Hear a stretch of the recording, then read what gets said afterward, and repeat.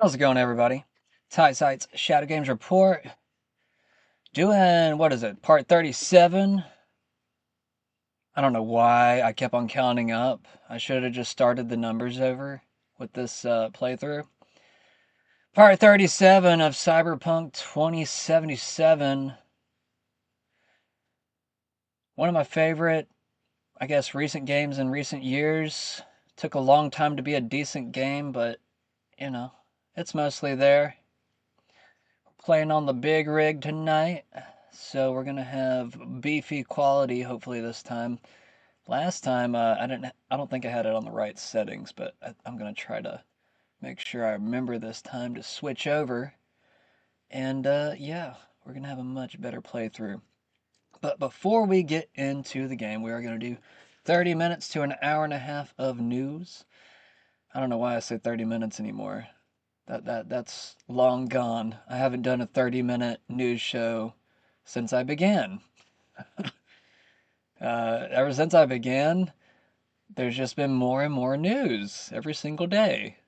A retarded amount of news. We're going to try to cover as much as we can, though. Going to bring up, I guess, a little bit of the weekend's news, and then we're going to jump into today.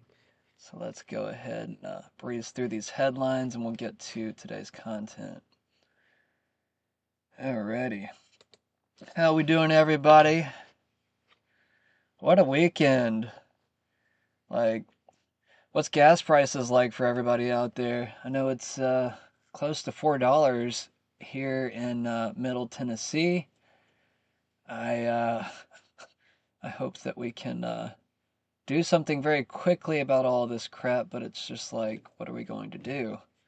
You know, how do we even speak to our president anymore whenever he just declines literally everybody but his own little internal group that used to say they hated him. Like, they all used to be never Trumpers, but now they're die-hard Trumpers, or at least die-hard Israel, and Trump is just falling in line with that entire cult narrative, I guess. I don't know what else to really claim or call it now. It's like if you see something and you want to label it as what you see it as, then go ahead, I say.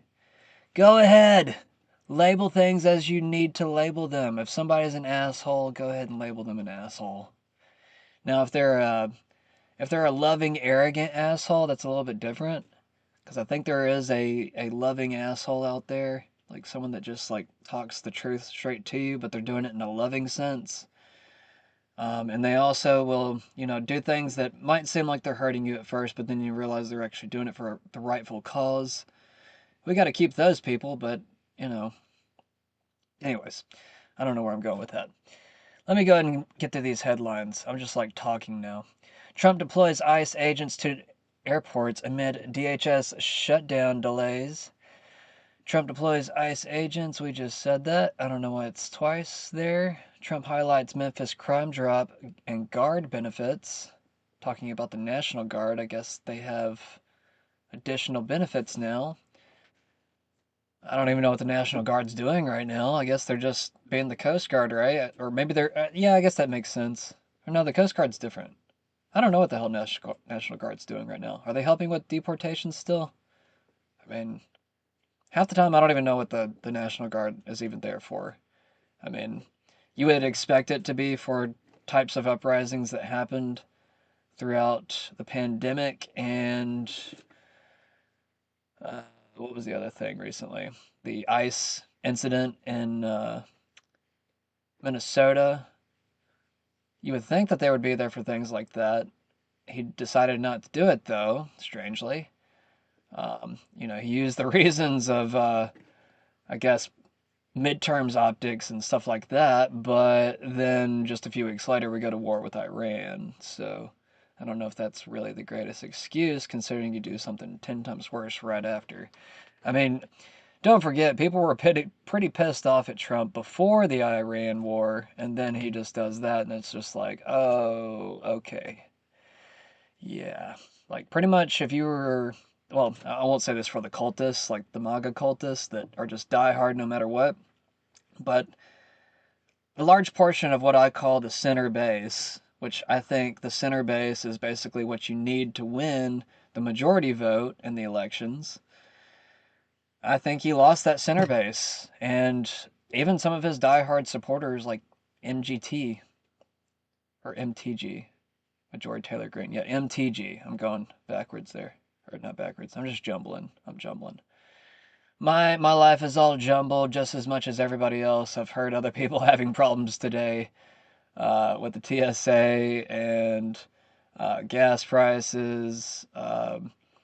Lots of different turmoil going on right now. I mean, hell, do you even want to stay in this country at this point? Like, I actually kind of want to ask people that question. Like, is this the time to go? Like, what are we defending at this point?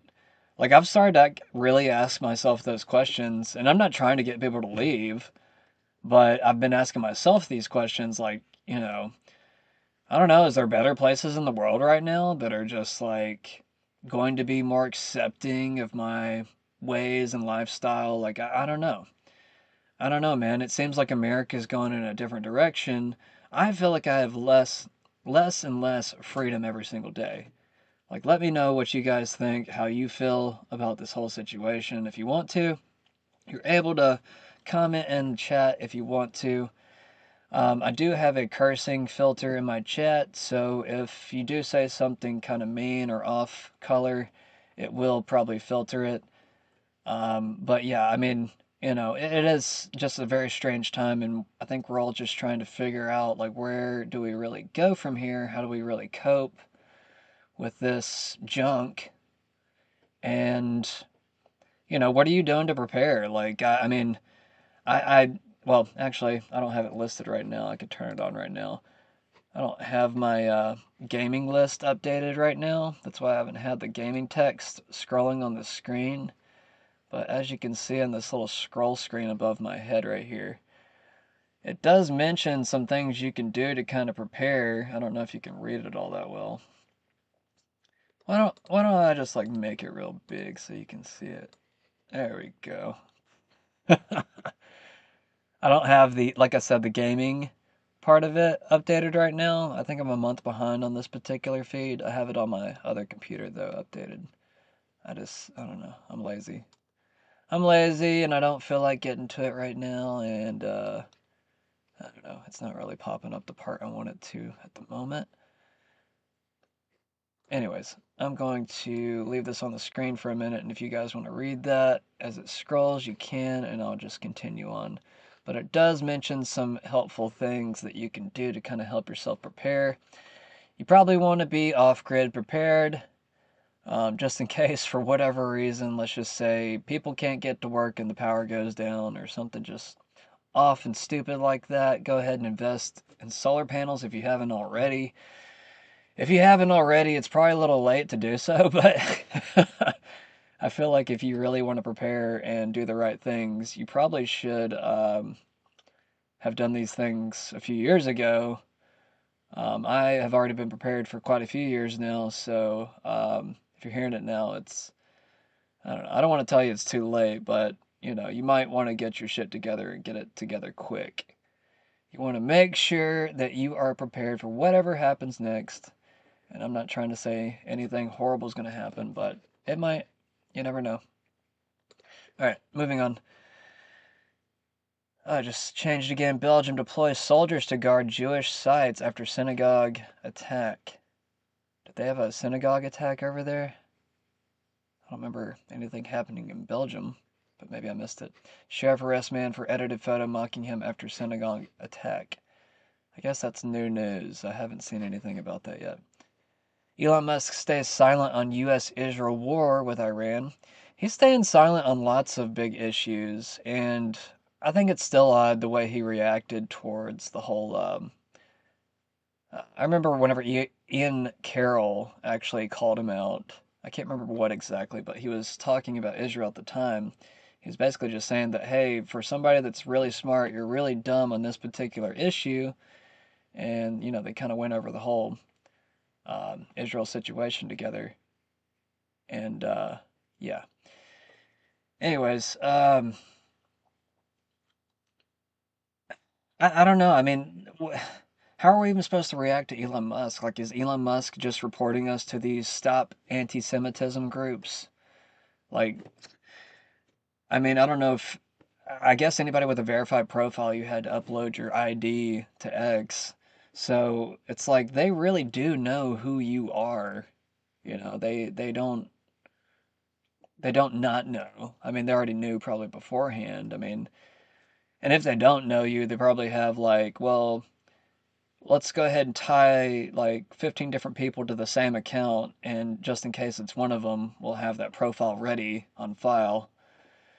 You're not hiding, guys. Like a lot of these people think, like a lot of people, in cybersecurity, like think that they're high-minded, able to get around everything. You're really not. If you think, covering yourself up in this like digital end is going to cover up your satellite feed above you, you're wrong. You're wrong. They can see you with your Wi-Fi. They can see you with your, um, I mean, really, just about anything. You know.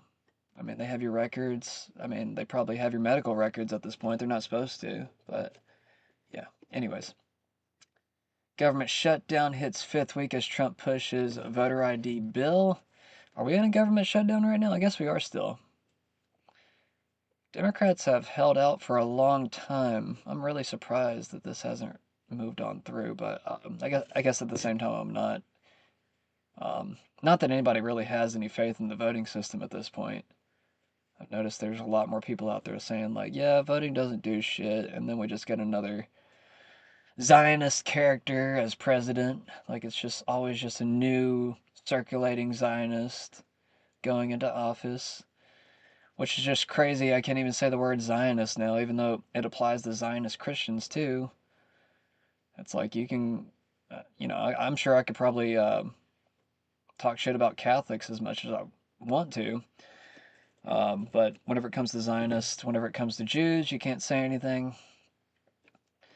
We all know that, though. Pentagon spokesman says it will issue new press credentials but remove media offices. President Trump visits Memphis to highlight crime task force progress. Bureau plans to use mail carriers to census test already facing criticism.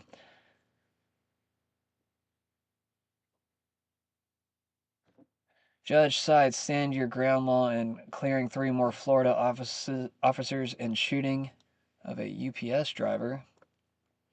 California Democrats condemn immigration arrest at San Francisco airport. New top prosecutor named to replace Alina Habba as U.S. Attorney's Office in New Jersey. Prettiest lawyer I've ever seen got replaced. Still can't believe that. Like, it didn't even seem like Trump defended her that much either. It's just very odd. Trump's behavior is very odd. He's like slurring his words now. He can barely um, tell us what the hell is going on overseas. Like, he doesn't seem like he has control over Israel at all, even though he says he does. Israel's not really listening whenever we tell them not to do certain things. Um, I don't know. I even tagged the White House today. I was like, the president needs a psychological evaluation immediately. I want a health evaluation. I want, you know, I mean, it's probably not going to do anything. They're probably just going to put out propaganda like they have always been doing over the past few weeks. All right. Anyways, moving on.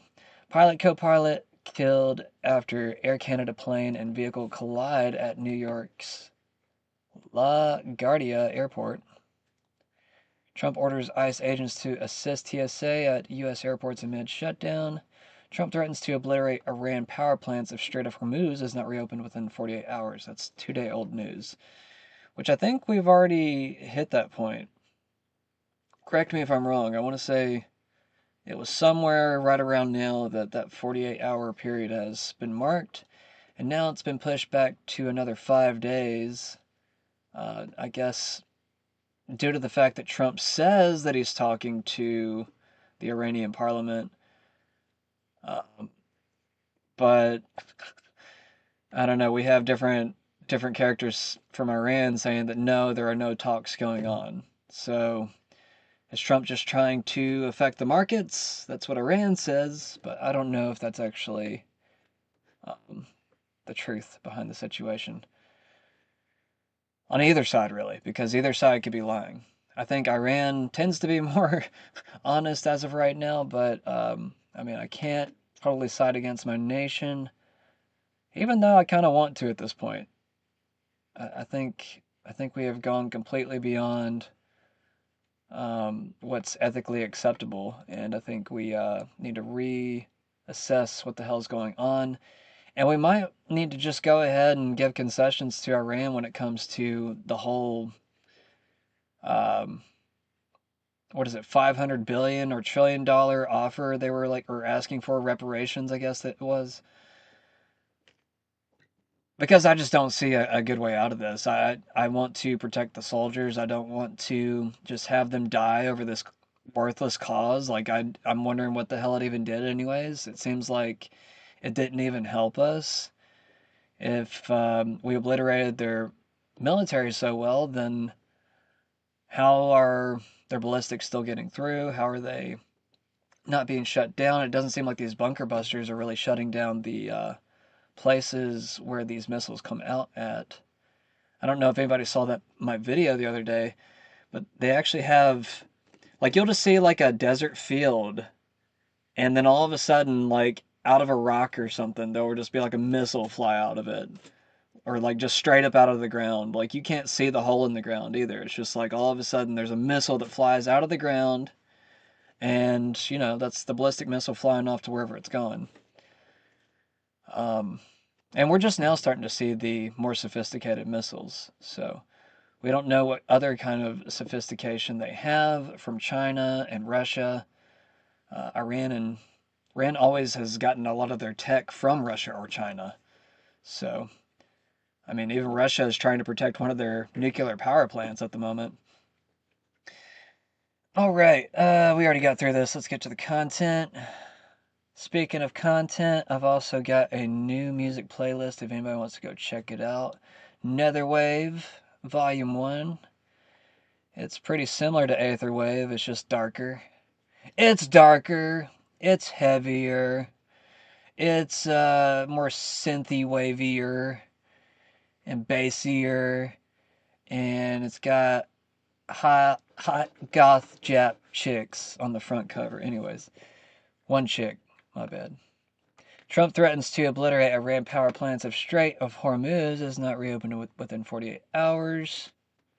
Which, like I said, that's already changed a little bit. Dan Bongino is told to his face he's a pedophile protector. You're a pedophile protector.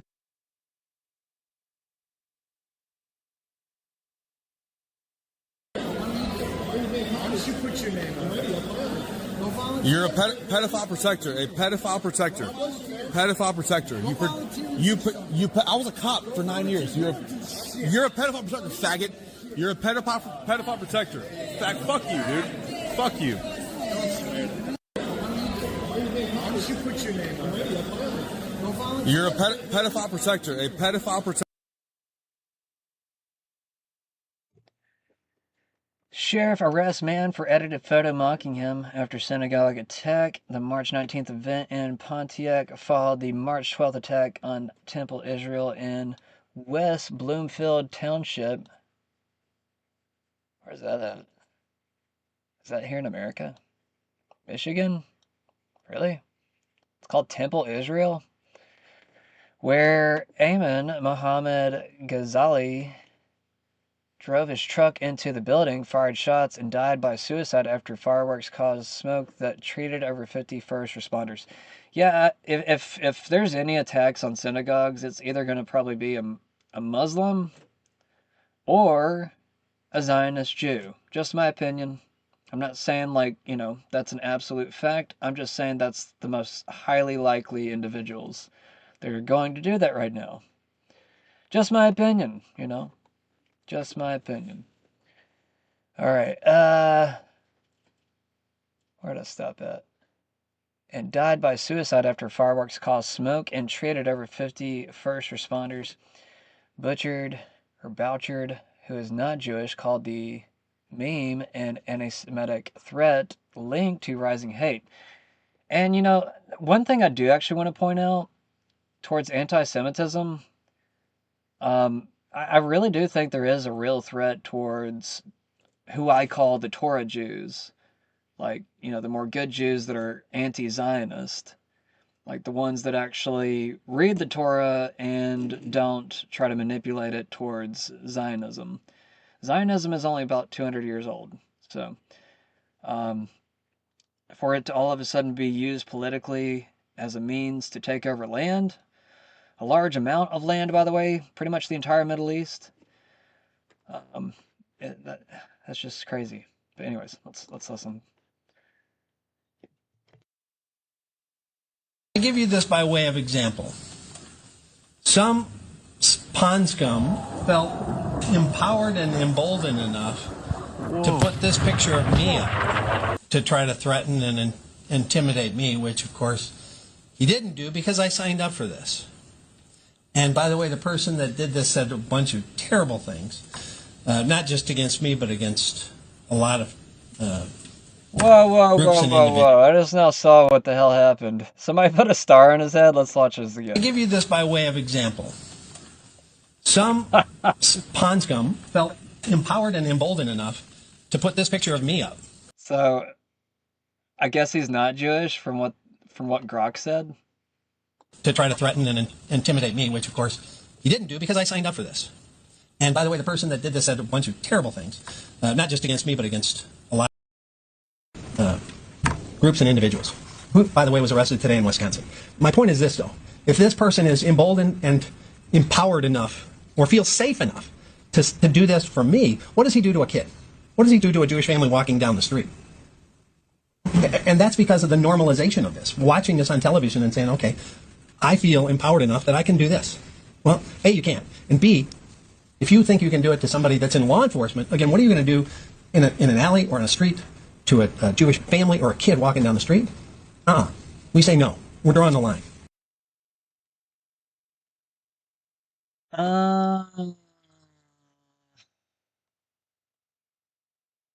So, okay, Pontiac. Okay, so there was a template tech. I guess I just don't understand. Why is he talking about a fucking meme while this is going on? That's just crazy. So he's saying like somebody that put up a meme against Jews got arrested, or is that the same guy that did the attack? Like I'm just like confused like how these two are related. I really don't care about this story, but I'm just like sitting here like, what the hell did I just watch? So Project Esther, the Michigan sheriff had an anti-Semitic American arrested for trying to threaten and intimidate him by posting a meme. Sheriff Mike Bulchard says the First Amendment makes people feel empowered, emboldened, and safe, so he had to teach the public a lesson.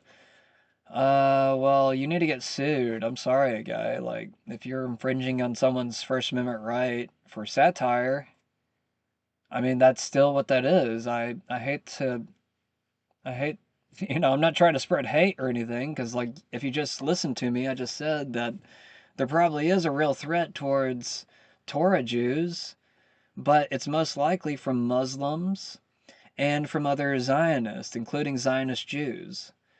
Like, why aren't we considering the fact that Israel is almost known for false flags? I'm not saying they're going to do this, but I wouldn't be surprised if they try to act out some type of Talmudic prophecy to, I don't know, kill Jews. Because in the Talmud, and I've covered this on my channel before, it says that they want to kill 6 million Jews to fulfill this prophecy to bring about their, what is it called, Moshiach or something like that.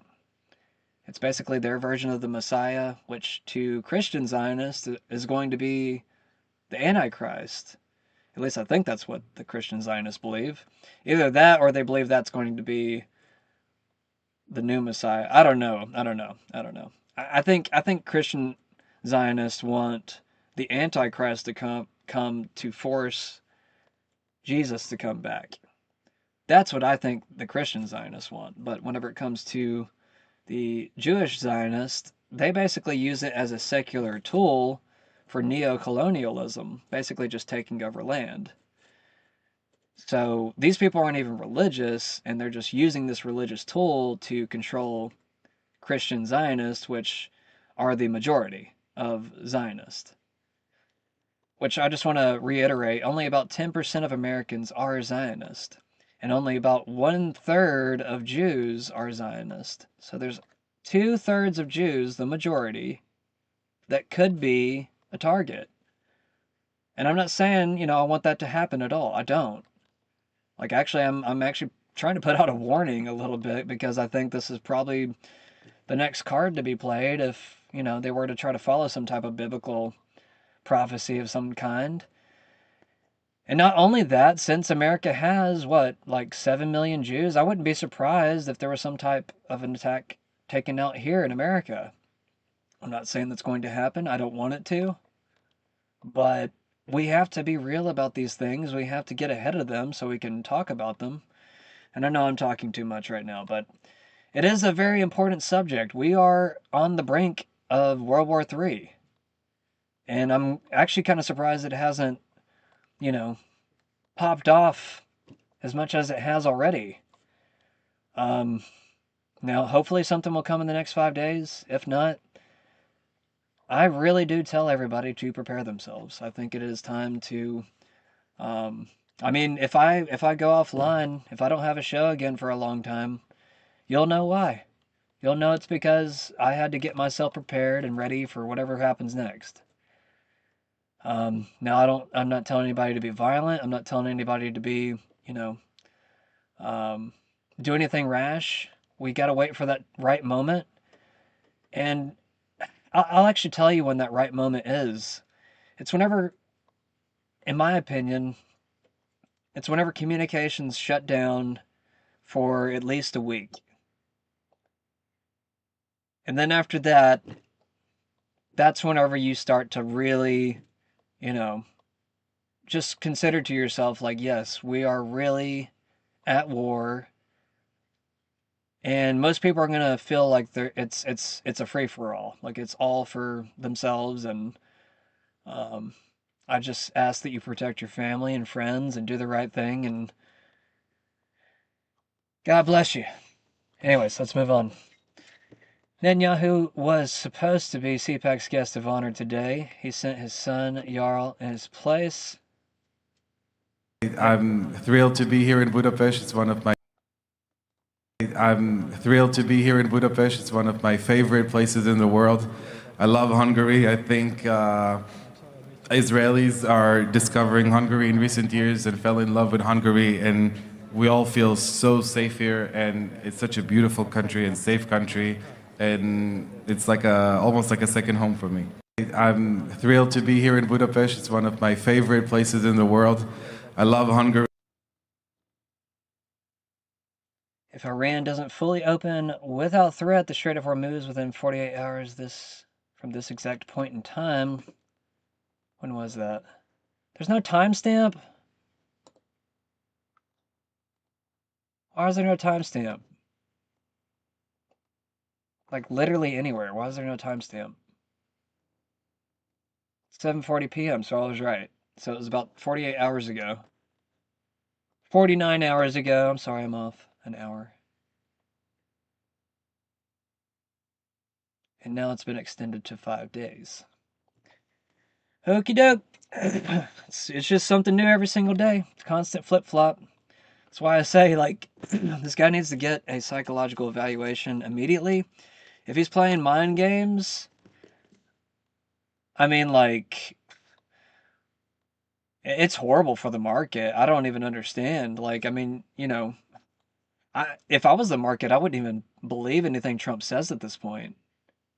Just my opinion, like, I'm not telling you to believe one thing or the other. I'm just saying. Anyways, while Trump advisors like Vance, Rubio, and Wiles declined to directly advise him against striking Iran, Israeli PM Netanyahu and News Corp founder Rupert Murdoch pressured him to go ahead.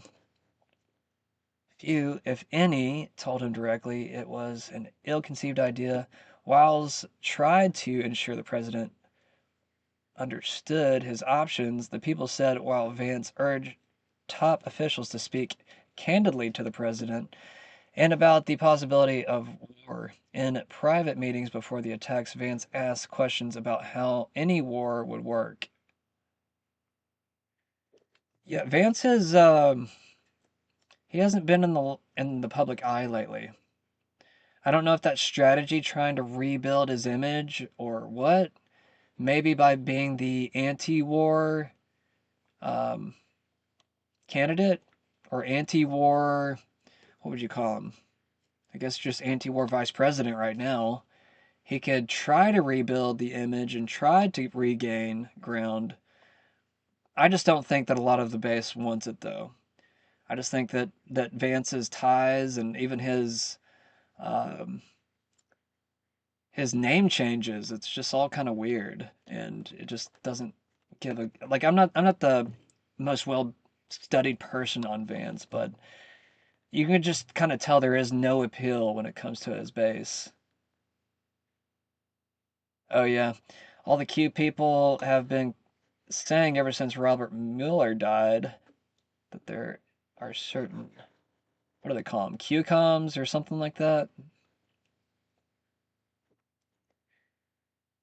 So Mr. Rosenstein, whenever I got this post, I actually looked up Mr. Rosenstein. He's not dead yet, so I was just kind of like, okay, why is that one mentioned? If it's talking about who I think it is, it could be a different Rosenstein. But yeah, Mr. Mueller is dead. He passed away over the weekend, it seems like, from health conditions. Supposedly, allegedly. Let's see, Daily Mail puts out UK has no defenses to stop Iranian missiles and would be forced to rely on US and Europe to stop them as it's revealed they can now hit London. So, like, I actually was going to argue in favor of the war too today, which I'm not in favor of the war, but I like to play devil's advocate sometimes, and I like to think from both sides. You know, you have to give a little bit of space for your enemy to destroy themselves. I mean, you know, but I am going to call it what it is. If it can reach London, and if they are getting more higher tech capable missiles from China or Russia, I mean, Russia can reach anywhere in the world. I mean, it wouldn't take that much for Russia to send a few planes of these missiles with nukes in them. I mean, China and Russia can easily supply nukes to Iran anytime they want to. Now, maybe the US would try to stop it, but I think they probably have some underground tunnels between the two countries. I know that sounds crazy, but it's not unheard of. So, what I was going to argue today was the fact that they do have these well, borderline intercontinental ballistic missiles. And all it would take is a nuclear warhead to be installed into one of these things to deliver it. So, we do have to play in mind that there is a real possibility that they do actually have the capability to hit anywhere in the world and for them to throw a nuke on it. And that's just being real. I mean, it's we have the technology. Now, we didn't utilize the technology for a long time, strangely enough. I just found out recently. I just realized it was only a year ago that we started investing in these stupid things. I can't believe it. I figured we'd invented it, but no, we just had hypersonic planes. We didn't have hypersonic missiles.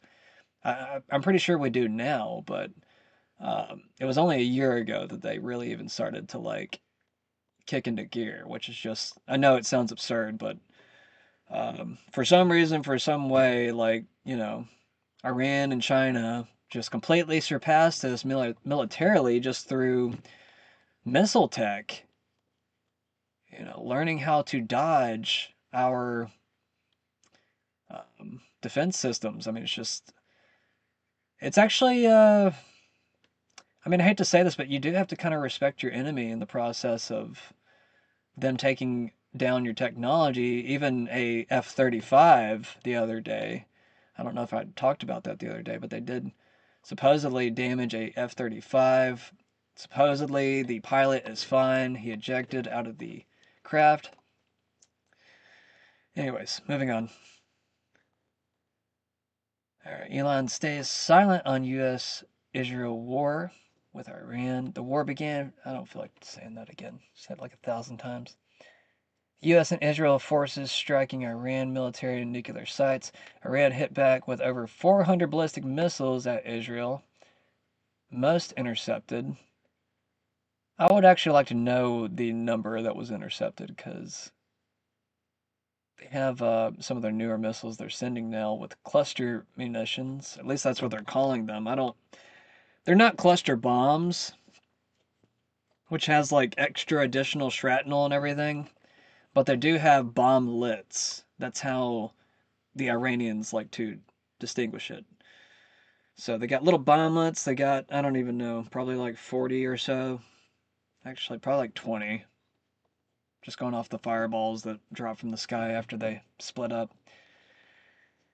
Anyways, let's move on. Senator Warren, the way I see it is, Elon, you better keep hiding behind Senator, it those strikes bags me of that in money. your remarks in Texas, you talked about how this administration, and particularly this president, are not keen on anyone who is not willing to bend the knee. You had your colleague, Senator Mark Kelly, visiting Ukraine over the weekend in response to that decision to visit one of our allies. Elon Musk called the senator, quote, a traitor. Your thoughts on Musk calling your colleague, a retired astronaut, a retired U.S. Navy captain, a traitor to this country? A man who has served honorably in our military, who has built his life around public service. And Elon Musk sits over there on his bags of money while he fires veterans, while he fires people across the workforce who are needed. Elon Musk has the nerve to call Mark Kelly a traitor. You know, the way I see this is, Elon, you better keep hiding behind those bags of money, because we know in America who really stands up for people, and that's Mark Kelly. This is Elon and Donald at their best. What they want more than anything else is they want everyone to bend the knee. They want everyone to bow down to them. They want everyone to say, yes, yes, you are right. And what's happening now with Mark Kelly, with Bernie, with me, but with people all across this country, regardless of who they voted for, people across this country saying, we don't want a king. We are not bending our knee to Elon Musk or to Donald Trump. We want you to follow the law. We want you to follow the Constitution of the United States. We are here to stand up for each other and for an America that doesn't just work for billionaires, but an America. I think there was another No Kings rally over the weekend. I remember Bernie Sanders was talking about going, and I guess she probably went as well. So I assume that that's just the Democrat protest as of right now. I mean, I thought it was like the Walmart, or at least one of the Walmart CEOs, or whatever she is, one of the directors. I don't know. She's part of the board. I thought she was running that whole show. Maybe she is. Maybe she's just a Democrat working for Democrats. All right, war correspondent says Gitmo awaits breaking largest healthcare fraud in U.S. history. Operation Gold Rush exposes 14.6 billion medical Good morning, scam. everyone. My name is Matthew Gagliotti, and I'm the head of the Justice Department's Criminal Division. Thank you all for joining us today as we announce the largest coordinated healthcare fraud takedown in the history of the Department of Justice. Today marks a decisive moment in our fight to protect American taxpayers from fraudsters and to defend the integrity of America's healthcare system. We are announcing today charges against 324 defendants for their alleged participation in healthcare fraud schemes involving approximately $14.6 billion in false claims submitted to Medicare, Medicaid, and other healthcare programs. In a takedown this large, I can't possibly describe all of the work that went into dismantling each scheme, but there are 4 key points that bear emphasizing. First, let me be clear about what these healthcare fraud schemes mean for every hardworking American family. These criminals didn't just steal someone else's money. They stole from you. Every fraudulent claim, every fake billing, every kickback scheme represents money taken directly from the pockets of American taxpayers who fund these essential programs through their hard work and sacrifice. And when criminals defraud these programs, they're not just committing theft. They're driving up our national deficit and threatening the long-term viability of healthcare for seniors, disabled Americans, and our most vulnerable citizens. This enforcement action involves the seizure of cash, as well as luxury vehicles and properties, returning real money to American taxpayers and to our government healthcare programs. Second, we are seeing a disturbing trend of transnational criminal organizations engaging in increasingly sophisticated and complex criminal schemes that defraud the American healthcare system. As part of this takedown, we've identified and charged defendants operating from Russia, Eastern Europe, Pakistan, and other foreign countries. These individuals have infiltrated our healthcare system to steal American taxpayer dollars. Actually, I'm going to As play just it one off. example, we dismantled a scheme involving a sophisticated operation run from Russia and Eastern Europe that strategically bought dozens of medical supply companies in the United States and submitted more than $10 billion in fraudulent healthcare claims to Medicare. To make matters worse, these perpetrators used the stolen identities of more than 1 million Americans, spanning all 50 states, to perpetrate this scheme and submit these false claims. I got it sped up But I'm though. pleased to report that federal agents intercepted and arrested key members of that organization at U.S. airports and the U.S.-Mexico border, cutting off their intended escape routes. The days of transnational criminal organizations using the American healthcare programs as their personal piggy bank are over. Third, this takedown resulted in criminal charges against 74 defendants, including medical professionals who fueled America's deadly opioid crisis for personal profit. These are not isolated instances of poor judgment. These are calculated schemes designed to exploit Americans struggling with addiction while enriching the very people who were duty-bound to help them heal. We charged pill mill operators who prescribed unnecessary opioids. We dismantled networks of corrupt pharmacies that existed solely to distribute drugs to addicts and dealers, feeding the addiction crisis that has devastated so many American communities. This is not healthcare. It is a staggering breach of trust. And under my leadership, the criminal division will prosecute these criminals as aggressively as we would any drug dealer, because that's exactly what they are. Fourth, many of the defendants charged as part of this takedown specifically targeted our most vulnerable citizens, elderly Americans in nursing homes, individuals with disabilities, those battling serious illnesses, and more. For example, our prosecutors charged 7 defendants, including 5 medical professionals, in connection with approximately $1 billion in fraudulent claims to Medicare and other healthcare benefit programs for Good for you, bro. I appreciate it. Thank you, thank you, thank you. All right, moving on. Explosion rocks Valerio refinery in Port Arthur, Texas. So you thought it was already bad and worse and couldn't get any worse in Iran with oil? Well, we just had an oil explosion in Texas. This is breaking news, actually, within the past hour. Explosion reported at Valerio refinery in Port Arthur, Texas. Nearby residents told to shelter in place.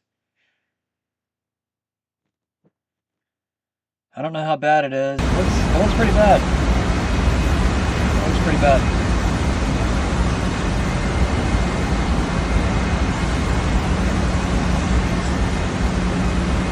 Like, how do you even, like, take care of fires like that?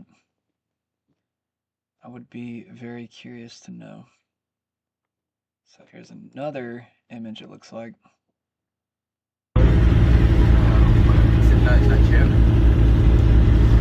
As if things couldn't get worse with oil, we have fires starting at oil refineries. Like, is this really the end of times, guys? It really makes you start to kind of wonder. It's just like, well, shit, man. Oh, leave. I don't know why I stayed. Se da una explosión, no vale madre. No, but we could get money, no. Mira, oh, I don't know why. Ay,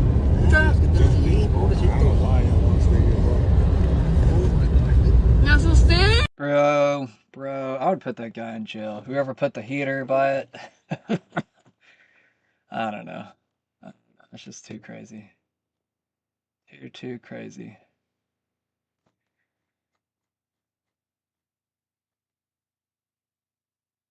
What is this? 12 News Now. Report that too, just in case there's more details if anybody wants to go check it out on my profile. Alright, architects are going to hate this. Someone just open sourced a full 3D editor that runs entirely in your browser. No AutoCAD, no Revit, no $5,000 a year licenses. It's called Pascal Editor. So I guess if you want to design homes without all of that shit, basically play The Sims. That's what it looks like to me. I always relate everything with a video game. I'm just like, that looks like The Sims. Yeah, I played that game. Anyways. Most people don't seem to realize this, but if we ended the Federal Reserve, we wouldn't need an income tax. Imagine that. You'd still receive your same salary, but the same tax would be sales tax on non-essential items you buy. That's all you need to fund the government. The whole thing was a scam to rip us off from the start. Yes, which also brings me back to my other point earlier. What the hell are we fighting for here?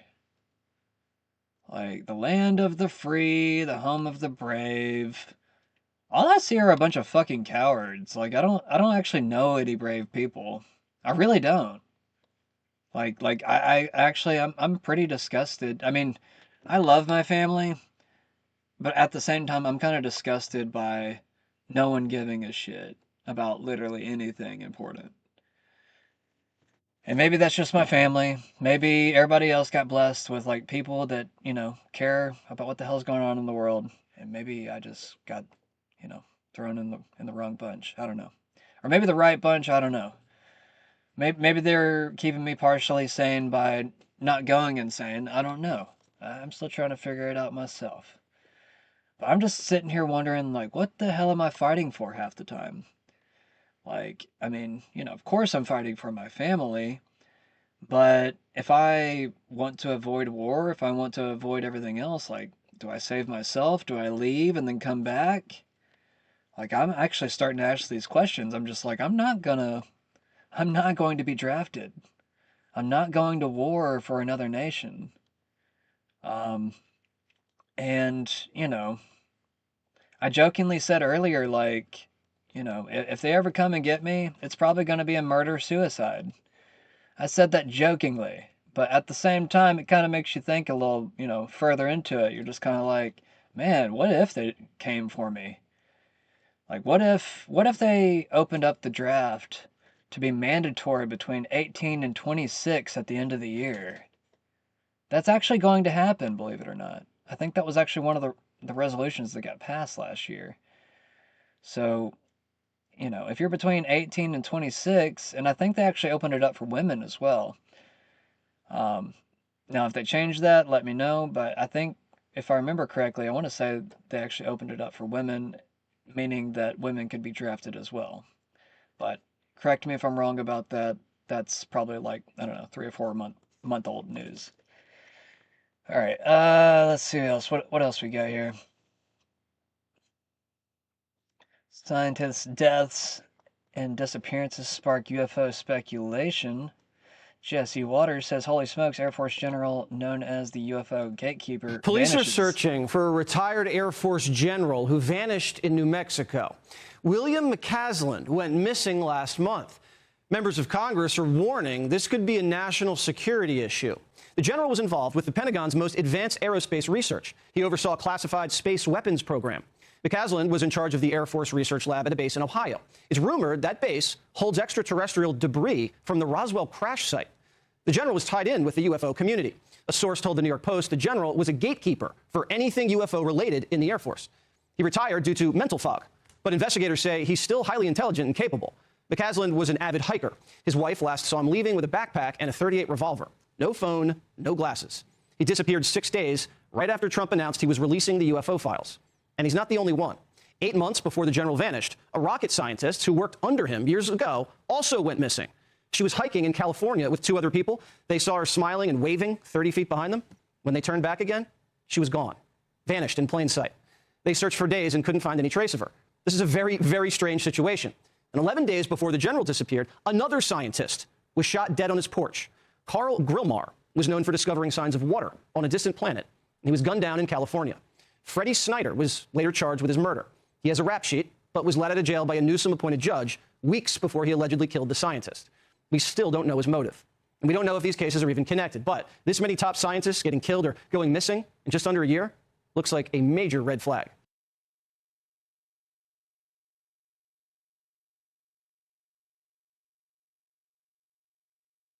So getting the 18 intelligence agencies to agree on anything, it's very challenging. It is a very laborious and it's sometimes a very intense process of coordination and having people argue their cases. When you have the 18 intelligence agencies saying without a doubt that Iran is not working towards a nuclear weapon, and the Defense Intelligence Agency doing battle damage assessment, which is what the DIA really specializes in, is having these military-based assessments, that's what I'm going to go with. Being influenced by the IAEA or by another government, Israel in this case, saying like, oh no, even though you conducted Midnight Hammer and your 18 intelligence agencies say that their nuclear capability is gone, they're still somehow digging out from the rubble, and they're going to be able to assemble 10 bombs in 2 weeks. Again, sorry, I'm going with with what the director of national intelligence said, and she's saying that based on the research and the analysis and the rigorous debate of 18 intelligence agencies.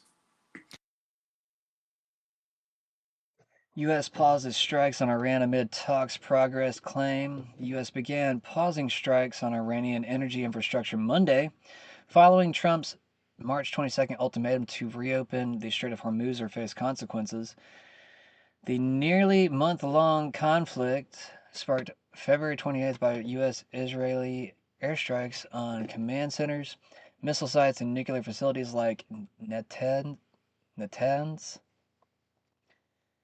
has caused thousands of casualties, mostly Iranian, with no U.S. ground troops involved. Iran responds defiantly with mockery and AI animations, while public opinion divides sharply. 92% of MAGA Republicans approve per CBS/YouGov, amid rising gas prices to 3. No, well, I mean it's up to 370 here. Prices to 350 a gallon. What's it like in y'all's area? Is it the same? Is it going up or down? Anybody got any projections for me? All right, and oil over $100 a barrel. Trump eyes a full resolution, though officials privately doubt core goals like halting Iran's nuclear program. U.S.-Israeli aggression targeted energy facilities in the cities of Isfahan. I'm sorry. I suck at pronouncing these names. In the center of the country in Karamshari, in the south, and affected the gas supply lines belonging to the power plant in Karamshar, which led to a complete power outage in the city. Therefore, the leadership of the Revolutionary Guard has decided to respond to all power plants in Israel and the Arabian Gulf. I can say that word. Arabian night. Okay, I can't sing that. I'll get copyrighted striked. Can't even do karaoke, guys. I'm sorry. You know, I actually wanted to do karaoke in my channel at first. Can you believe that shit? Can't do karaoke. Why can't we do karaoke, man? That's basically original. That's so dumb. Like, we need to get rid of that quick. Like, we do karaoke at bars and shit. We need to be able to do it at home. I mean, we can do it at home. We just can't. We can't stream it. $27 billion in 3 weeks of war with Iran. I guess this is the dollar counter for how much we've spent so far. It's probably up to $29 billion within the past day or so. Tends to rise at $1 to $2 billion a day. I think it's $2 billion a day, actually. Carg Island, the oil hub logistics. Do I even feel like covering this? I guess I will. There's all the talk about sending troops on the ground for Carg Island. Everyone I haven't found one military analyst that says there's a way of achieving that successfully. They talk about the drones being able to strike the soldier. First, how to get there. By sea, Strait of Hormuz is controlled by Iran. By air, the air defense system will strike the helicopters. That's question number one. Number two is when the troops are there, if they do get there, they become sitting ducks for the artillery. The artillery a bit harder because they can be spotted much easier, following the trajectory of the missile that's being fired. But they're still there to use. There's also the drones that can be used against the soldiers there. You've seen that happen, obviously, in Russia, Ukraine, in the war. And number three, missiles. Oh, there you go. Of course you did. There you go. I was in the Ukrainian army. Yes, of course. I completely forgot. And also the missiles, the shorter range missiles. So the American soldiers will become sitting ducks there. As someone who's experienced drone warfare, then, is there any scenario where an invasion of Carg Island would militarily work? Yes. Carg Island, we could easily take Carg Island. We could take Carg Island right now with U.S. Army assets that are sitting in Kuwait, right, at Camp Buehling and Ali Salam Air Base, if we chose to do that. Carg Island is not a hard target. We just blasted all the air defense. There are no more surface-to-air missile systems. Your biggest concern right now, because it's small. I don't know if you guys know, I've been off Carg Island during the Iran-Iraq war when the Iraqis were blasting that place. I mean, bombing it day and night. Anti-ship missiles into tankers left and right. It was unhealthy. But That island is only 8 kilometers by 4 kilometers. 60% of the island is infrastructure related to the oil pumping facilities that lead out to the piers so that the very large crude carriers can load up on them. Or there's a very small refinery there that, of all the things that they refine, butane gas, propane gas, methylene, and naphtha, all of which are highly flammable, highly toxic, right? So if that place gets hit, I mean, propane gas, right? It's explosive. The rest of that facility is all charged and pumping crude oil that's coming from the Darius oil field, which sits under it, right? And it also comes from the shore on 2 oil pipelines. This is why it's an important place. So why the Iraqis were constantly bombarding it, because it's a great place to load up and disappear going down the going down the Arabian Gulf. And people need to understand the geography. It's up here, not down here. This from here to here is 425 nautical miles. 20 hours at 20 knots steaming. I've done that route with, up there. And I've done it when this whole thing was mined by the Iranians too, in 1987 and 1988, a very unhealthy period of time. But Kharg Island could be taken by to do it with a company of rangers. There's only 8,000 people in the town. All their weapon systems have been destroyed. What is the objective of taking Kharg Island? Because if I were the Iranians, I would be putting IEDs everywhere. I would rig that refinery. I would rig the oil pumping stations to be blown up in the event of a very large American presence. If the Americans land there and take it, the Iranians are going to do this. They're going to turn off the valves that are on the mainland for the oil into the island. So now it becomes worthless to the United States, other than saying, I own Kharg Island. There's no oil there. Also, all the tankers, right now, there are 10 tankers in harbor. Those tankers are loading. Once they are loaded and the ropes slip away from the piers, according to the Commerce Secretary and the Energy Secretary of the United States, those vessels are free to take that oil and sell it because they're on the open market and on water. So explain to me what the objective of this is. Just to go terrorizing in there and want to look like Chuck Norris and just blast the place? You want to raise a flag there like it's Iwo Jima? So you could say you took Iranian land? Then you need to be prepared for what's going to be there. Okay, I went into Kuwait City with an EOD explosive ordnance disposal unit during the minute Kuwait City was evacuated by the Iraqis in Desert Storm. Do you know how many mines they planted in 3 months? 1 million. Million. I mean, they were everywhere, left, right, and center on that coast. Their mine line from the water to their trenches was like 10 different classes of mines. You know why you can't go to the beach in Kuwait?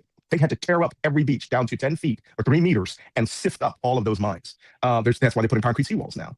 They could be doing the same thing to Kharg Island. It's only 8 kilometers. And we'll be seeing them do that. And then they could bring out sea mines. And they would do it in daylight, right? As an intelligence planner, if I had this job on the IRGC, I said, I want you to bring out 25 mines. I want all your small boats to take one. I want this done at 8 a.m. And I'm going to tell you when the American satellites are coming by because it's on the internet. And I want them to see this.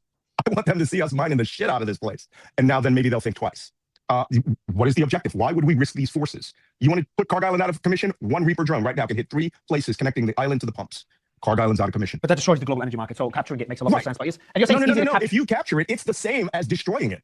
Because one, Iran turns off the valves that bring oil to the island. It's not pumped on the island. It's pumped on the mainland. It's a hub for oil that's coming to the island. Or Iran, once you land on it to kill you, they may blow it themselves. So no matter what, if you take the island, oil goes to $200 a barrel, West Texas Intermediate. If you leave the island alone and you bomb it and you destroy the oil pumping facilities, same thing. So which one do you want to risk your men for? You want to put human beings on that island to do the exact same thing that one drone could do. And there's the point right at the end. It's a shit show no matter which way we go with this. So why are we doing it? Naturally, you have to ask that question. And where does this all end? This is why I started the show the way that I did. We're at that weird point in time, guys. And I don't know. Just prepare yourselves. Get ready for whatever happens next. And I wish it wasn't this way. I wish I had better news. Okay, I'm not playing that. I'm not playing Hebrew or whatever the hell he's speaking.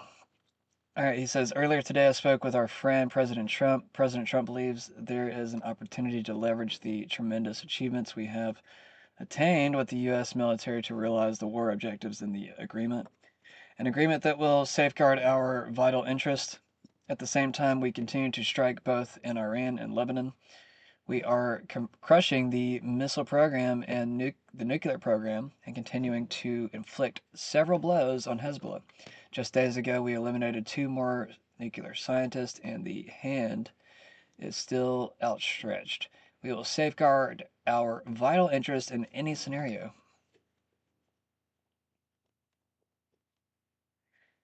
The Kobisi letter puts out, President Trump is trying to figure out who is actually making the decisions in Iran and how to get in touch with them, according to U.S. officials.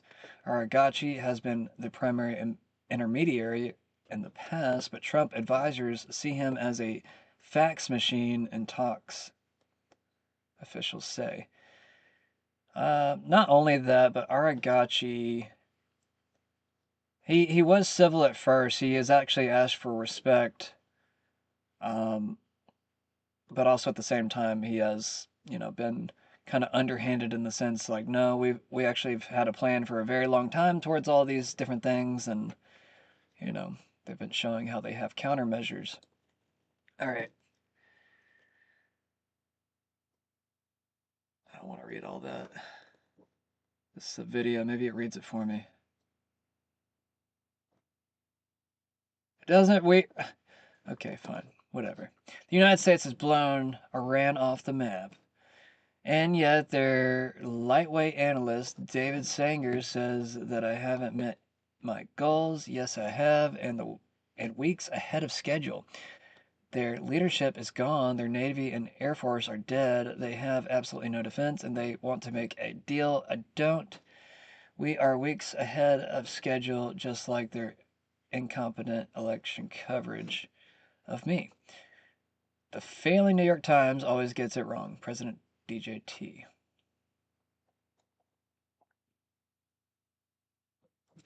Maine says Trump's decision to wage war on Iran was influenced by outside allies, including Netanyahu, Rupert Murdoch, and conservative commentators. That's from Bloomberg.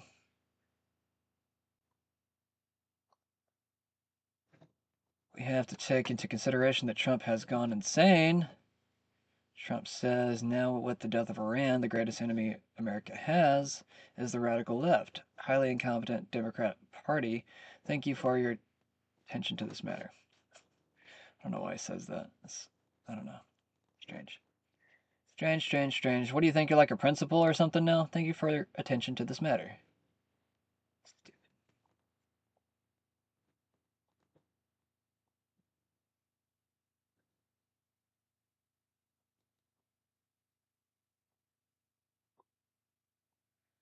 So this Wi-Fi tech can already read your pulse. It can already map out the positions of your body and where you're at in a room.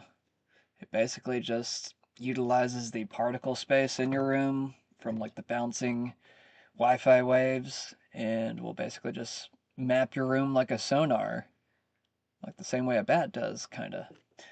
So with 6G, you would only just imagine that they would have greater detail on being able to map those surroundings.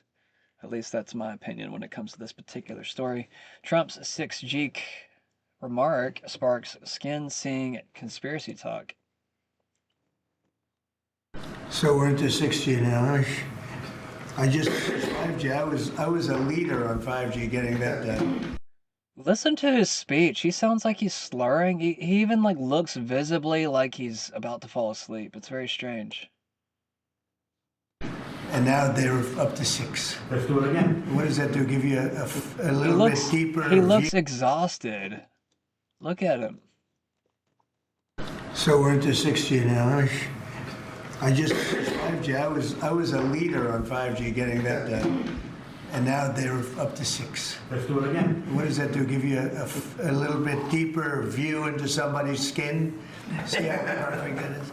I like the cameras the old days. So they just had a nice feature. Now they cover every little. Let's see, Michael, you're in good shape. You're not gonna. But I tell you, it's so the 6 is coming, huh? Hey. I got you. I'm not from out here. That's James O'Keefe's crew. Leave him alone. Leave him alone. Get away from me, fuck. He's not from out here. Get out of the way. Whoa. He punched him. Let's go. Go, James. Oh, look at the way that James runs. Straight, James. Straight.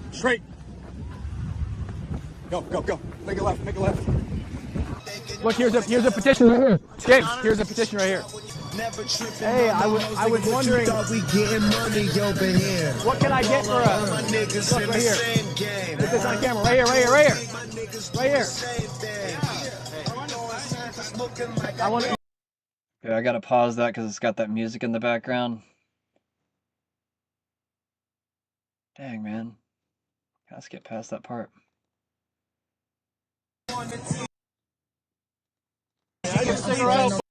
They flagged my frickin' video the other day just because it had a little bit of music in it. That's why I'm doing this. So I'm sorry I gotta be this way. Can we look at the petition? Son of a bitch, dude. Get past this part. They start getting confrontational once they start pointing out that he's basically collecting money for signatures. Alright, whatever. Let's move on. I've lost interest in the video now since it won't load. We don't have to ask your... Get past this part. I want to get to the fight part. We're gonna have to run. This is the part, I think. Yeah, this is after. Okay. Whoa, whoa, whoa, whoa, whoa, whoa, whoa, whoa. Whoa, we can get it. Start leaving.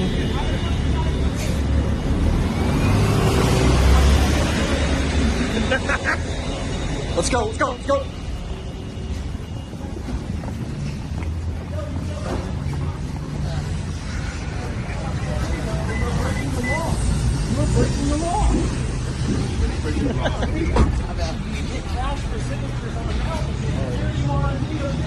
We're offering cigarettes. Hey. I'm not from out here. I'm not from out here.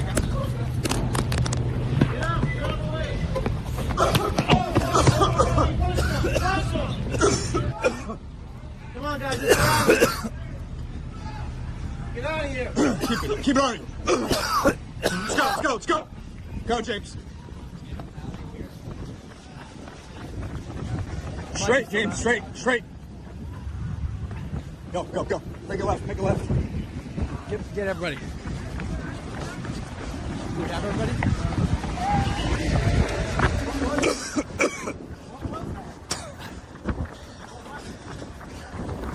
They rolled up, attacked, pepper spray.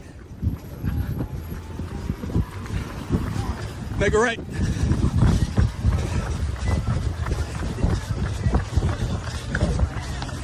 Make a right. Where are we going? Straight. Where are we going? I got you. Keep going. I know where we're going.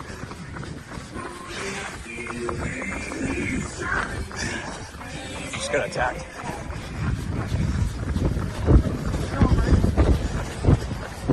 Keep going. I know where we're going.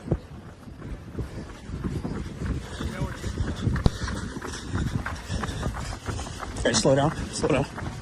You're good. With that stoplight, I'm gonna make it right. I got you. Yeah. He defended himself legally. James O'Keefe is missing. We're trying to find him. We're trying to locate James O'Keefe right now. A group of them attacked us. They have a car. I saw a DMV thing on their car. We found some of our crew. We're here live in Skid Row. Look, this is our camera guy. He got punched in the neck by one of the illegal petitioners. He punched our guy in the neck. Likes losing his voice. Oh, I got pepper spray in my mouth. We were attacked. We're trying to find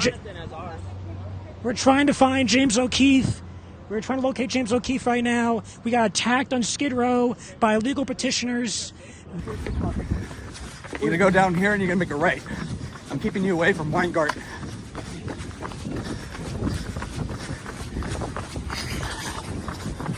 They've been working out, man. They've been running for a while.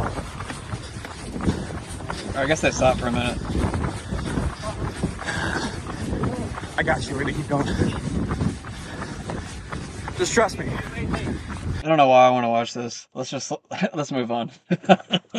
I don't know. I like James O'Keefe's adventures. It seems like I'm watching a movie half the time. Anyways, let's move on. Some of them are actually kind of funny. All right. Anyways, Bannon says I would think the Israelis would give us a salute and say we're gonna stand down like you're gonna stand down. They're not allies, and they're certainly not the world's greatest allies. They've never been America's greatest ally. I also want to read something before we go to break from America's greatest ally. This is the translation from Hebrew to Saul of Netanyahu. quote, and I'm quoting, earlier today I spoke with our friend President Trump. Okay, let me add some editorial comment. It's whether he's your friend or not is not relevant. He's your ally, and he's the chief ally here, and you don't mention that the entire time. You don't say earlier today I spoke with our ally, President Trump, or the senior member of this coalition, President Trump. Say our friend, President Trump. President Trump believes there's a chance to leverage the tremendous achievements we have made with the U.S. military to realize the war's goals of the agreement, an agreement that will safeguard our vital interests. At the same time, we continue to attack both Iran and Lebanon. We're crushing the missile program and the nuclear program, and we continue to severely harm Hezbollah. Just a few days ago, we eliminated 2 more nuclear scientists, and the hand is still outstretched. We will protect our vital interest in any situation. Yes, Israel should protect their vital national security interests, as every nation in the world should do.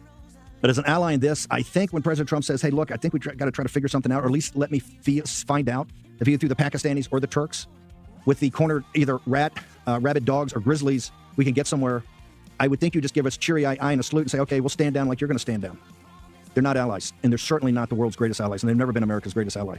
Actually disgusting that they're going to continue to carry this war. And of course, the Iranians came back and said, hey, we're prepared to continue to fight it. I just now thought about President this. Trump. I guess I could have sped up the video for the James O'Keefe thing, but we already went past it, so I'm going to keep on moving. Anyways, did I already cover this? This seems like an old post. War correspondent puts out, what if the strike wasn't an act of war, but an act of silence? No escalation, interruption. Trump once released a fragment, carefully chosen, an old video of Jeffrey Sachs. No mainstream filter, no campaign spin, just raw truth. Sachs naming Netanyahu as the architect behind the Iraq invasion, the Syria disaster, and the never-ending push for the war in Iran.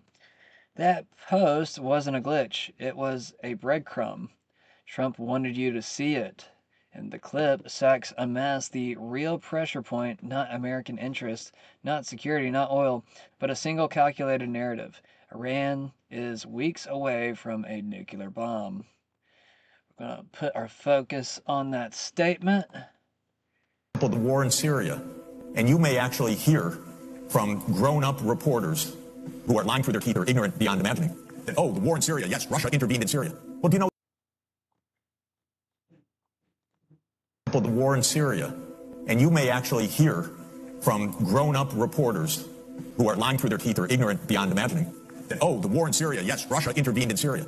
Well, do you know that that Obama tasked the CIA to overthrow the Syrian government, starting 4 years before Russia intervened? What kind of nonsense is that? And how many times did the New York Times report on Operation Timber Sycamore, which was the presidential order to the CIA to overthrow Bashar al-Assad? 3 times in 10 years. This is not democracy. This is a game. And it's a game of narrative. Why did the U.S. invade Iraq in 2003? Well, first of all, it was completely phony pretenses. It wasn't, oh, we were so wrong, they didn't have weapons of mass destruction. They actually did focus groups in the fall of 2002 to find out what would sell that war to the American people. Abe Schultz, if you want to know the name of the PR genius. They did focus groups on the war. They wanted the war all the time. They had to figure out how to sell the war to the American people, how to scare the shit out of the American people. It was a phony war. Where did that war come from? You know what? It's quite surprising. That war came from Netanyahu, actually. You know that? It's weird. And the way it is that Netanyahu had from 1995 onward the theory that the only way we're going to get rid of Hamas and Hezbollah is by toppling the governments that support them. That's Iraq, Syria, and Iran. And the guy's nothing if not obsessive. And he's still trying to get us to fight Iran this day, this week. He's a deep, dark son of a bitch, sorry to tell you, because he's gotten us into endless wars, and because of the power of all of this in the U.S. politics, he's gotten his way. But that war was totally phony. So what is this democracy versus dictatorship? Come on, these are not even sensible terms.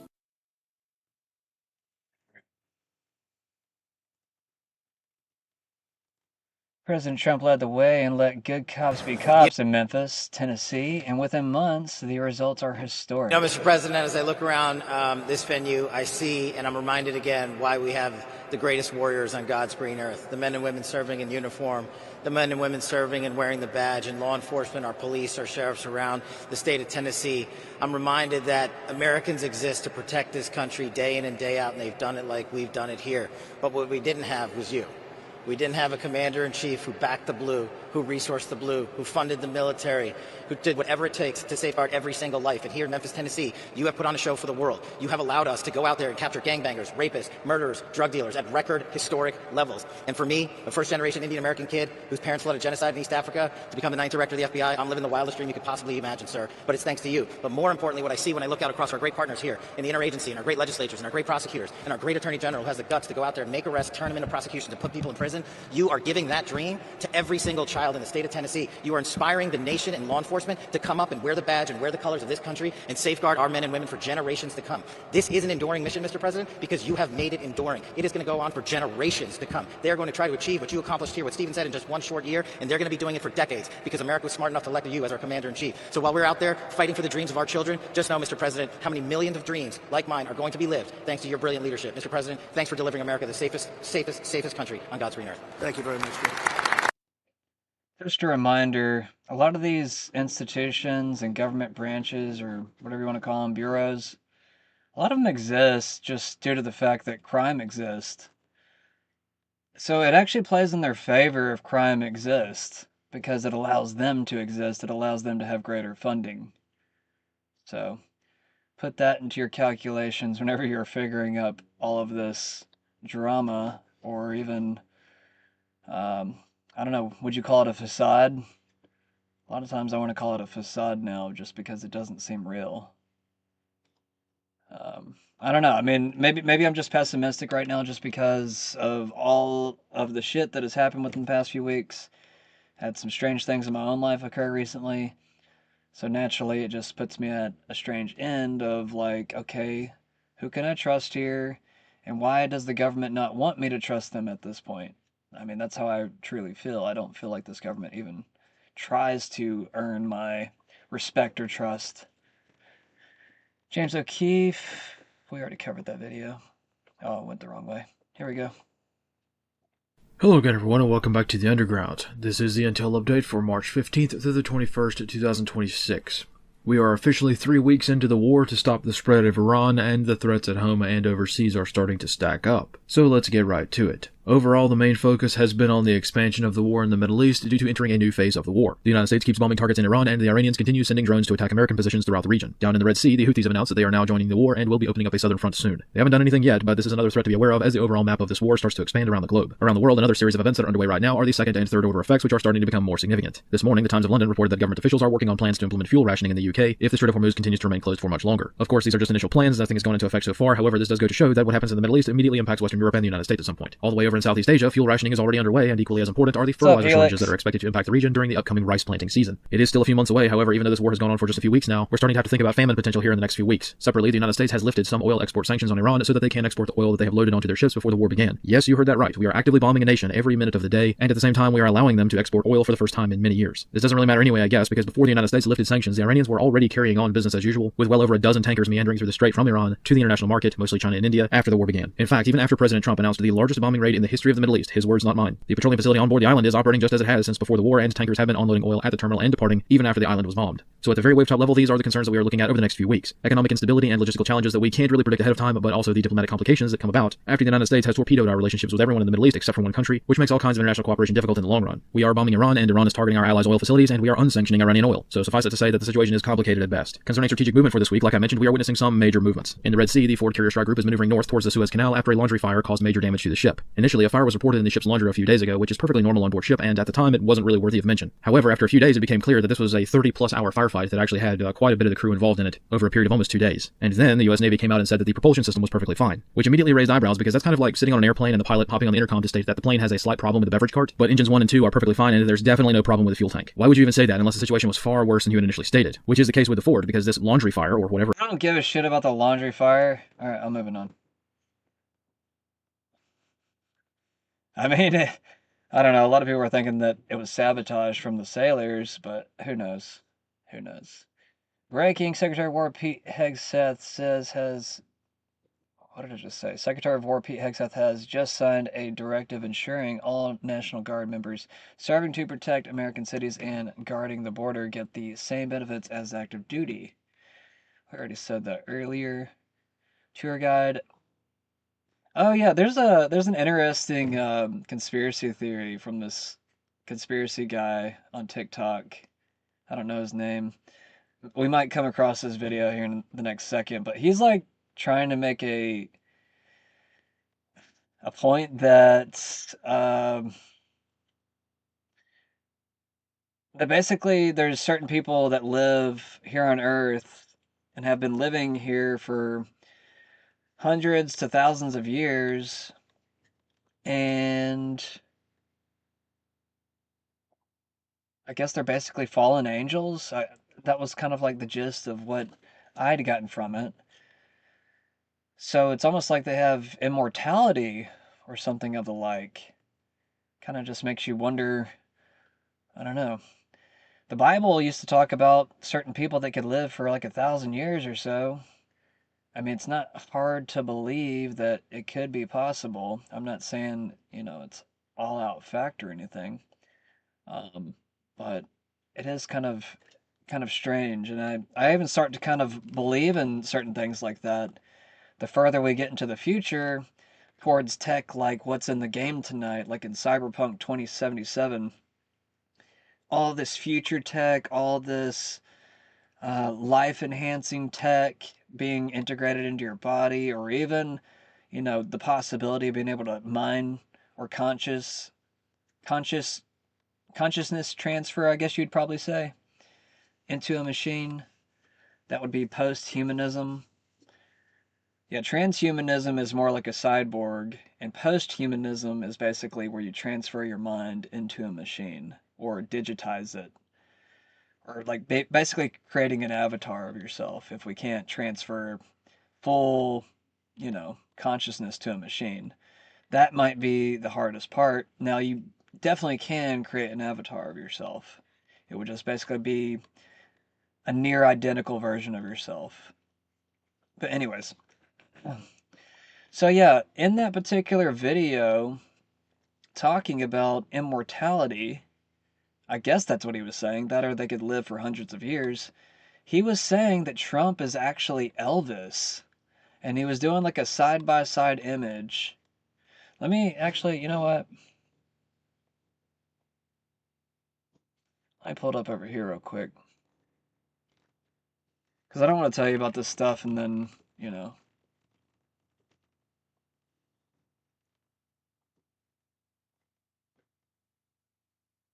Is this the one?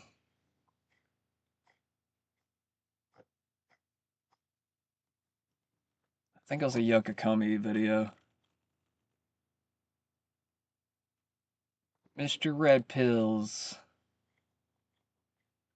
Let's see if I can find it kind of quick.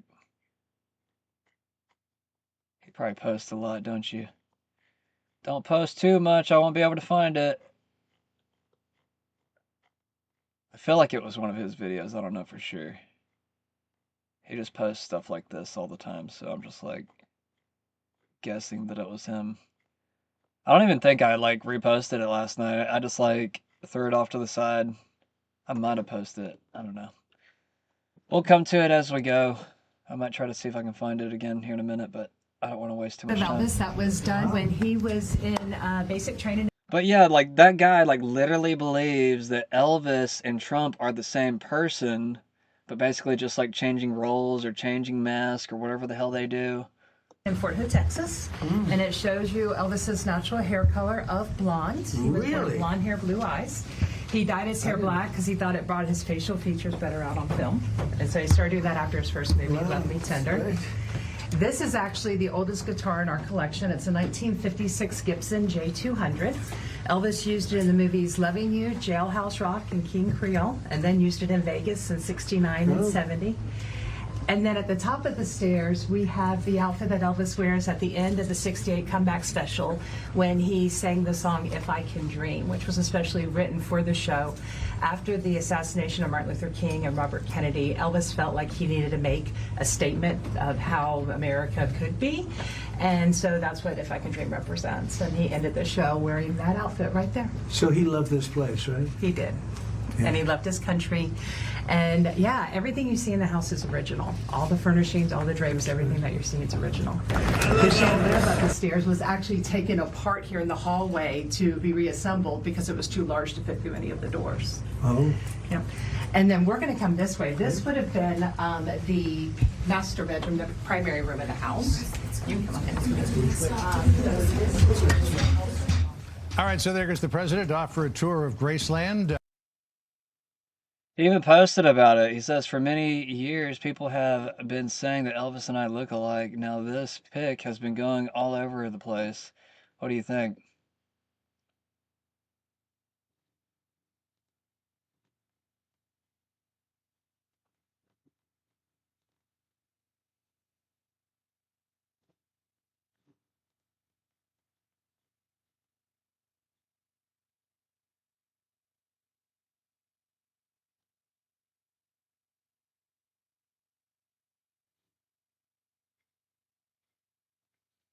I want to find it, damn it. Trump visited Elvis Presley's home.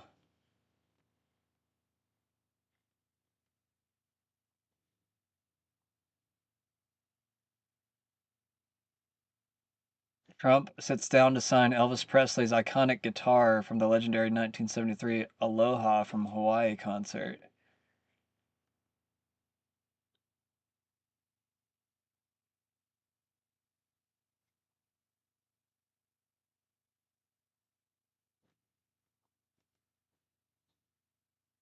I've never been here, no.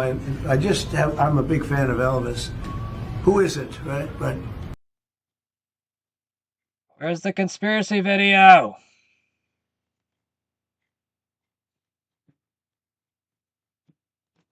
Okay, damn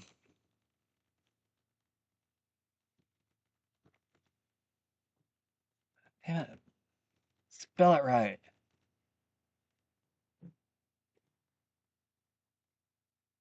This is it. I think. I'm never gonna make it to heaven.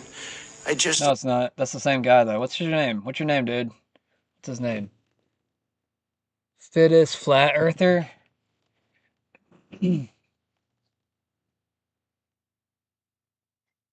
That's the guy. I just don't know how to find his video. I don't know. Maybe we'll come across it here in a second because I want to say I reposted it, but maybe I didn't. I don't know. I didn't really plan on making it a part of this episode tonight, but I guess I kind of did, didn't I? All right, Mike Ben says Bob Mueller ran the cover-up for the CIA during the BCCI scandal. It was a money laundering bank where Osama bin Laden held multiple accounts. Wow. Yeah, Osama bin Laden was CIA affiliated, by the way, if anybody's not familiar. Then from 1998 to 2001, Mueller ran the NorCal DOJ where, did I say that right? NorCal? While 4 9/11 hijackers were active there. Then 1 week before 9/11, he became FBI head. Really now? Really? That's interesting. Yeah, apparently Mueller had some Israeli ties. It should pop up here in a second. What is this? This video shows British Marines testing jet suits. Oh, so it wasn't even the U.S. Marines? That's lame. I guess I jumped on that post a little too soon. Elon Musk says, rapid recursive improvement. We're starting off with an advanced technology fab here in Austin. And we're starting off with an advanced technology fab here in Austin. And I believe Governor Abbott is in the audience. I'd like to thank Governor Abbott and the state of Texas for the support. All right. So in the advanced technology fab, we will have all of the equipment necessary to make a chip of any kind, logical memory, and we will also have all of the equipment necessary to make the lithography masks. So in a single building, we can create a lithography mask, make the chip, test the chip, make another mask, and have an incredibly fast recursive loop for improving the chip design. To the best of my knowledge, this doesn't exist anywhere in the world, where you've got everything necessary to build logic, memory, and do packaging and test it, and then do the masks, improve the masks, and just keep looping it. So, and we're not just going to do conventional compute in this. I think there's some very interesting new physics that is potentially, that actually I'm confident will work. It's just a question of when. So this is we're really going to push the limit of physics in compute. And we're going to try a bunch of wild and crazy things, which you can do if you've got that fast iteration loop. Anyways, moving on. What do you make of this ongoing chaos at the airports? Listen, I think it's terrible. I think it's, well, I don't want to get political too much here, but I think they should solve In this. Italy, And a company what turned I'm hearing is that there are some proposals on the table to get TSA, do funding for the TSA. Just flew in here and saw a bunch of ICE people down at the baggage claims. Not sure what they're doing at the baggage claims. I don't know if TSA, I don't know why they would be people getting their baggage. Who do you blame for all this? Trump. Yeah, I really do. I mean, I've seen what's going on in Minneapolis, and I'm very opposed to some of the tactics that.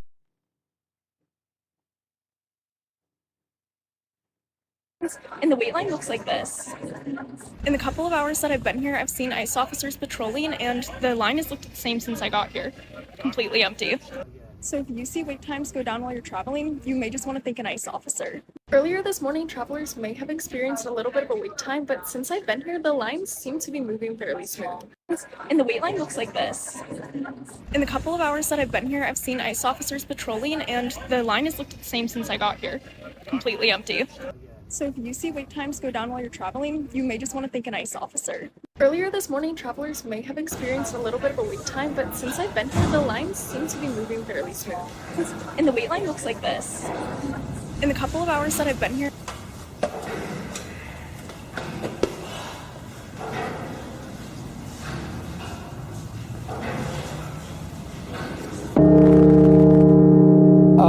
Senator Cruz and I came up with a plan. We said, look, it's a two-step process. The Democrats have offered to open up everything but ICE. Ted and I said, okay, let's accept their offer. And then at the same time, we would offer a bill for reconciliation where we don't need any Democratic votes to do whatever we wanted to do with ICE. And that way we're out of the shutdown and DHS is back open. We submitted that. Senator Bethune submitted that to President Trump, as is his right. He said no deals with the Democrats. It would have worked. We could have had TSA paid by the end of the week, but the president said no deal. Senator Cruz and I came up with a plan. We said, look, it's a two-step process. The Democrats. Finally, we can take a deep breath here. The numbers have dropped off. The lines are getting shorter. I think the average wait time now is under 40 minutes. So if you have a flight to catch today, it's a good time to come to Hartsfield-Jackson International. Finally, we can take a deep breath here. The numbers have dropped off. The lines are getting shorter. I think the average wait time now is under 40 minutes. So our military is always prepared, and in fact, it is preparing these days for the possibility of military aggression. We would be naive if looking at what's happening around the world, we would not do that. But we truly hope that it doesn't occur. We don't see why it would have to occur, and we find no justification whatsoever. Why would the government of the United States force its country to take military action against a neighboring country like Cuba? About energy lockdowns. I mentioned that the IEA chief basically said the shit is hitting the fan, everything's falling apart, and he just published Lockdowns 2.0, an energy lockdown playbook. They released a 10-point plan over the weekend telling governments to restrict driving, ground flights, force remote work, and ban gas cooking. They called it sheltering from oil shocks, writes Aaron Day. Here's the plan. Number one, they are recommending alternating driving days based on your license plate number, odd plates on Monday, even plates on Tuesday, and countries are now already implementing this. They are recommending mandatory speed limit reductions on every highway, not for safety, but fuel rationing by another name. You can still drive, just slower and less often. Number three, avoiding all air travel where alternatives exist. They didn't define what that actually meant, but the ambiguity, writes Aaron Day, is the feature. It lets regulators decide after the fact whether your trip was essential or not. Non-essential versus essential. Does that ring any bells? Here's another one. Switch from gas cooking to electric. The IEA is now telling you what appliances you can use in your kitchen. And the same agency that published net zero by 2050 is calling now for thermostats to be capped at 19 degrees and a ban on new gas boilers. This is not new, it's accelerating.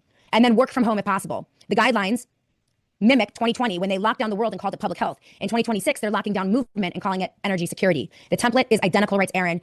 Program has been obliterated and they're running out of money. So here's what I tell President Trump. Keep it up for a few more weeks.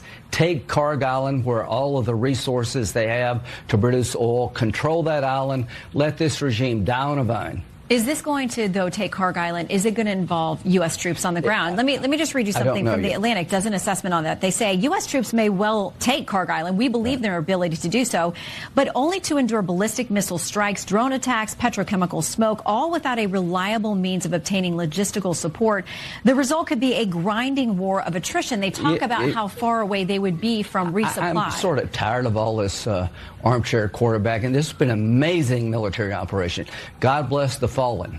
But it's a difference when we talk about troops on the ground. I trust the Marines, not that guy. I trust DOD. We got 2 Marine expeditionary units sailing to this island. We did Iwo Jima. We can do this. The Marines, my money is always on the Marines. I don't know if you take the island or you blockade the island, but I know this. The day we control that island, this regime, this terrorist regime, has been weakened. It will die on a vine. And here's what I want to do. I want to get with Chris. I want to sprint to peace. As the war winds down, I want peace to ramp up.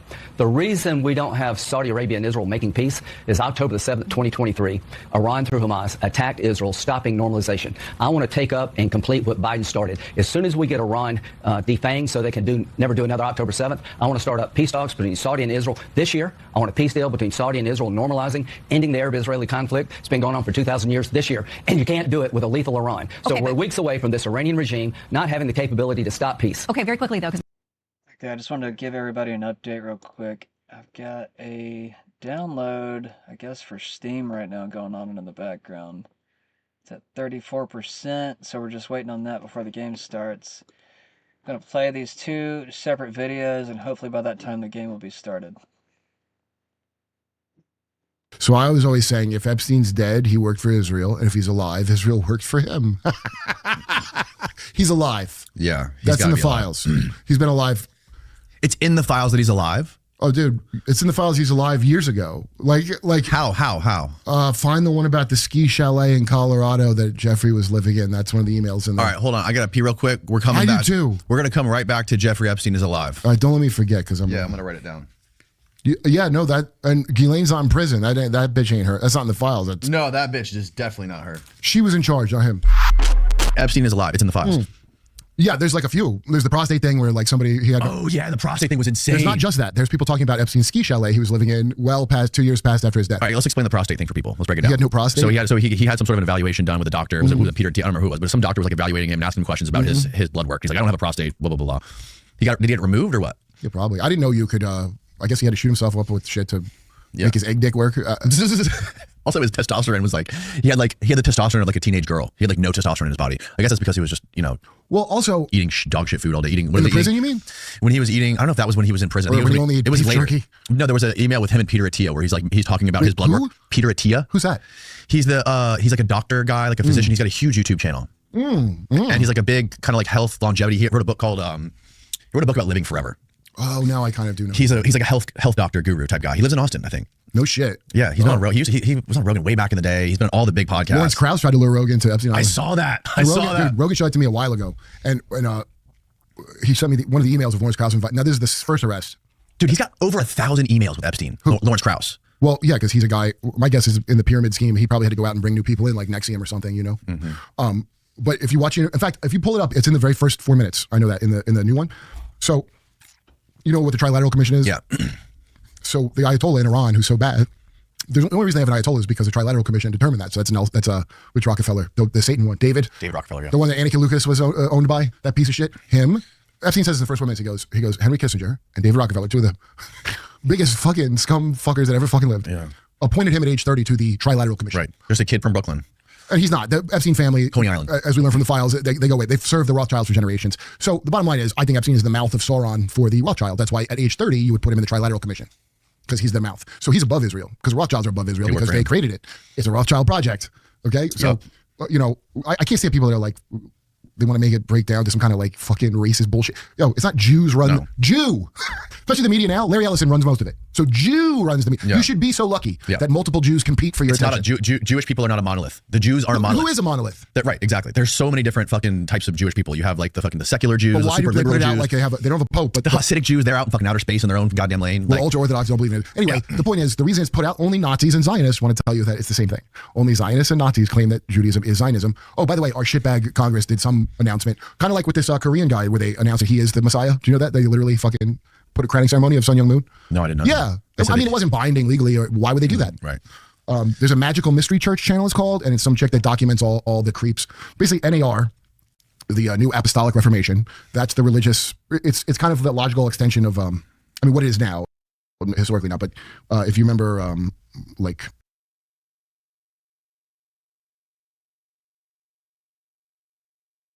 the late great Planet Earth by Hal Lindsey. No. Okay, when I was a kid, Hal Lindsey was big with the Born Agains. Okay. Who later became known as evangelicals during the W years. When I was Jehovah's Witness, so I have a little friend that was born again. His dad was a Marine, and he had all these Jack Chick comics. You ever see Jack Chick? There's little like fundamentalist Christian comic books. That are like this big, and although some of them now I used to collect them because I just loved the art in them was really good.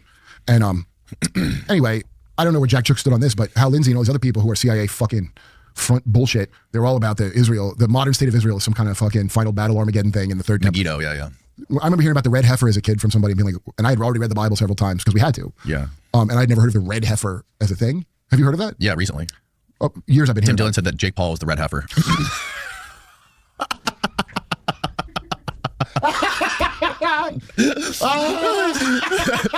He said Trump endorsing Jake Paul as the third temple. Oh, fuck, dude. Oh, that's great.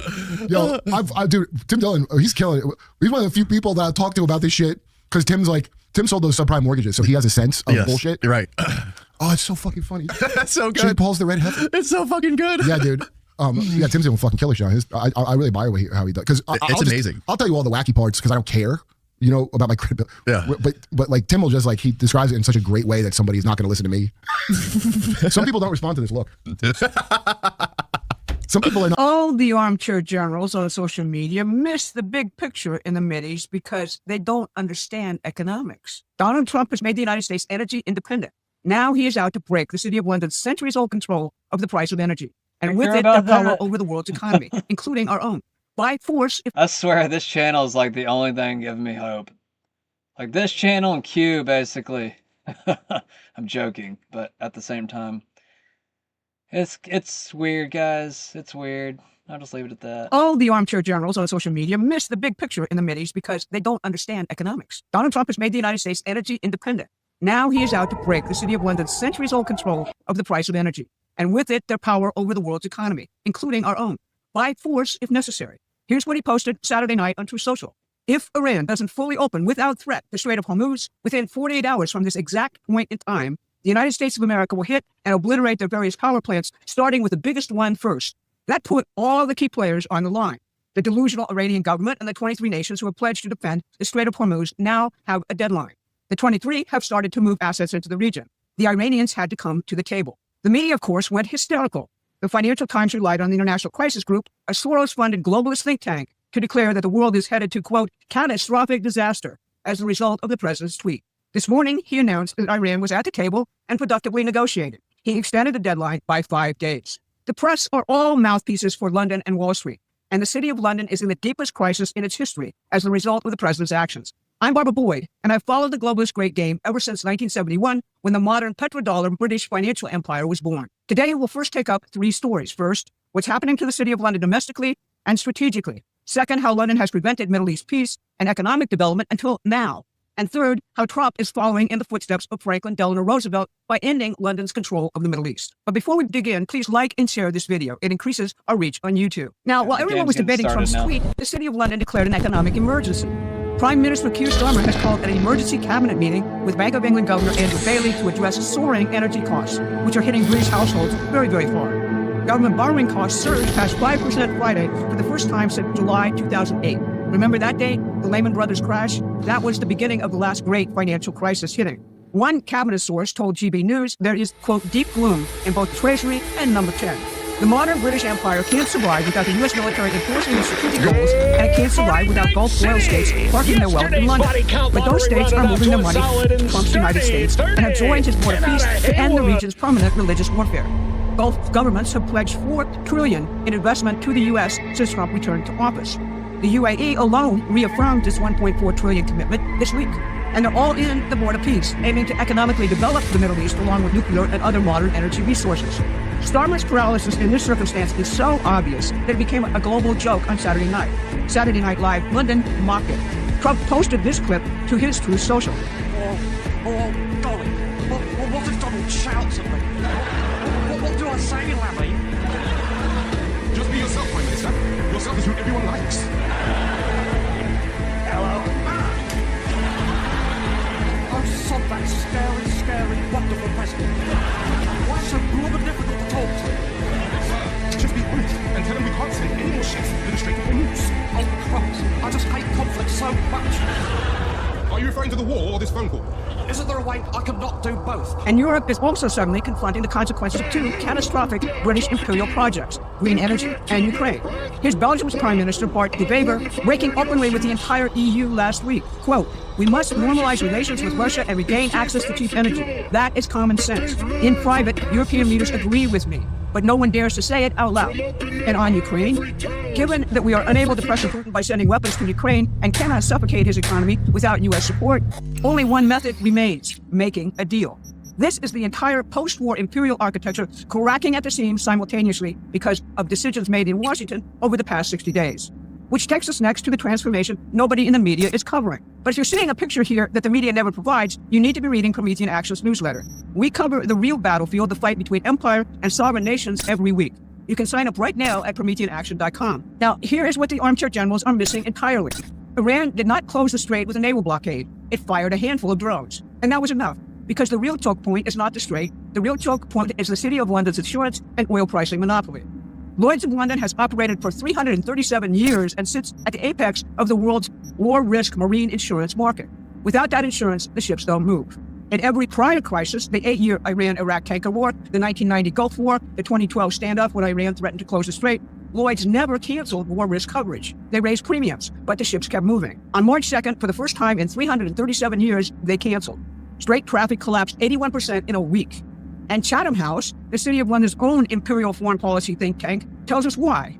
They say that the continuing Iran war shows the Gulf states that they, quote, should no longer rely on America for security guarantees. The deliberate attacks on the Gulf states by Iran and the closure of the Strait of Hormuz by the City of London's insurers are meant to drive the Gulf states back towards London's orbit. They're also an obvious economic attack on the president's economic progress here at home ahead of the critical midterm elections. And London has tried to destroy Trump's candidacies at every turn, starting with MI6 agent Christopher Steele and Russiagate. Until recently, the British also controlled world energy geography. Take the Strait of Hormuz as an example. It is 39 kilometers wide at its narrowest. Iran controls the north. The southern shipping lanes run through the territorial waters of Oman. Oman is the living residue of the British Empire. In 1970, MI6 engineered the installation of its Sultan. Today, GCHQ runs 3 signals intelligence bases in Oman, timpani, guitar, clarinet, intercepting everything that passes through Hormuz. British intelligence listens to every ship that moves to the world's most critical energy choke point from bases in the country whose government it installed. And as we all learned recently, the announced but very invisible new Iranian leader has over $130 million in London real estate. That's typical of the old order. Now, this has happened before. On February 14th, 1945, Franklin Roosevelt stopped in the Great Bitter Lake in the Suez Canal and received King Ibn bin Saud of Saudi Arabia aboard the USS Quincy. He did it secretly, without telling Churchill. After Roosevelt told Congress these exact words, I learned more about the whole problem of Arabia, the Muslims, and the Jewish problem in 5 minutes by talking with Ibn Saud than I could have learned in exchange of 2 or 3 dozen letters. Churchill was furious. Roosevelt had promised him the U.S. would not interfere in the British sphere of influence and broke that promise deliberately. His translator, Colonel Eadie, recorded that Churchill, quote, burned up the wires to all his diplomats in the area, demanding appointments with the Arab monarchs the moment Roosevelt had left. Churchill rushed to meet Ibn Saud himself. The contrast was devastating. Ibn Saud told Eadie, Churchill speaks deviously, evades understanding, changes the subject to avoid commitment. The president seeks understanding. His effort is to make the two minds meet. I have never met the equal of the president in character, wisdom, and gentility. Churchill's being failed, and the U.S.-Saudi relationship has flourished. Alright, looks a lot better, actually. Ibn Saud's discussion of Roosevelt is very similar to how the Gulf states now describe Donald Trump. So let's see what we have here. Roosevelt started to cut out the imperial middleman in world energy production in 1945. By 1971, London had inserted itself back in. America became the military muscle behind a resource looting system whose profits ran through the city of London and Wall Street. You cannot have a genuine American economic revolution or real sovereignty if someone else is setting the price of energy. The Treasury Department has physically increased the supply of oil and gas worldwide in the last 2 weeks, unsanctioning Russian oil, unsanctioning certain Iranian oil, getting worldwide agreements to release reserves. Not only that, Iran is allowing tankers through the strait for India, China, and Japan, Iran's main customers. So the strait is not physically closed, oil supplies are safe, but the strait is financially closed by the city of London and its desperate effort to remain alive as a world power. We don't know the outcome because it is a war, and the Psy war is running at a higher level than I've ever seen it. But we can know the principles the president is fighting for, and those principles make this a just war which we have to win. At Promethean Action, we're dedicated to ferreting out the real increased picture as much as we can by focusing on the physical economic side of events. Not many do that. We need to expand. We just passed 500,000 followers on YouTube. Please become a paying member if you haven't already, and donate as much as you can. Why did it start me out in the middle of the desert? Thanks for listening. Please take a moment and subscribe to our free newsletter. Huh? What's this? What's up, Takimura?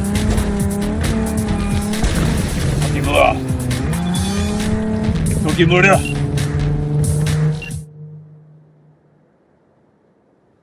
Can I give you a few pointers? What? Huh? Good shit. See how it is, picky. Peckish, what?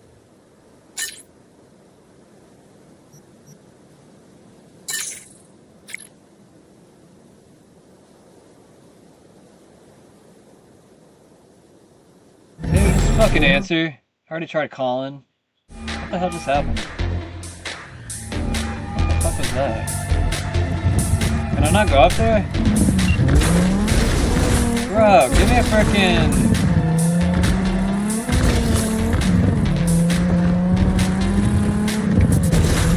Why is there like no fast travel place here? Fucking hell.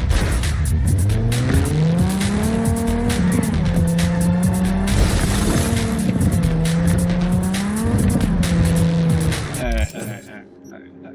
I'm gonna get my music going.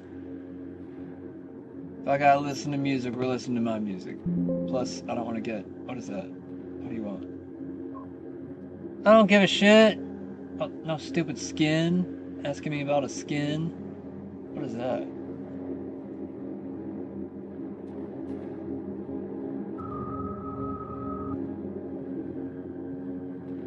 Give me just a second. Getting things going. I don't know why that's so small.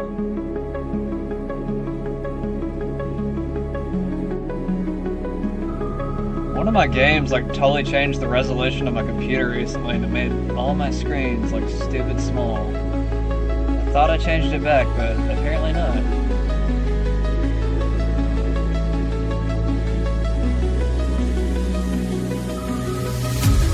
That's too bad.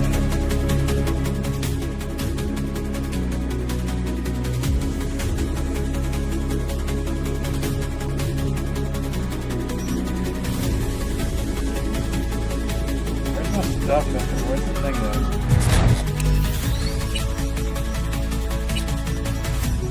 Turn music off.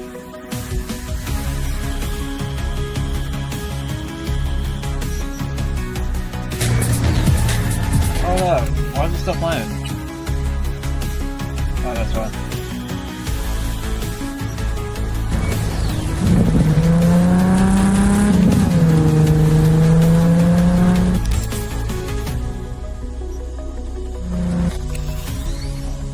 So loud.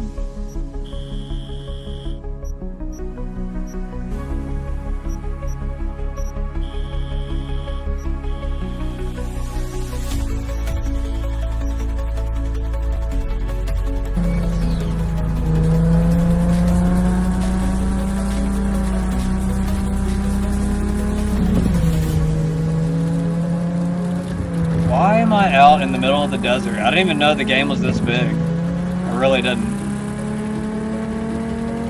Okay, I'm looking for a frickin'... What's a fast travel thing? There's gotta be one around here.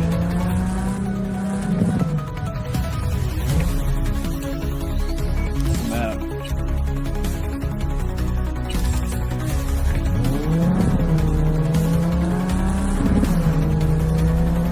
Why is there so much space out here?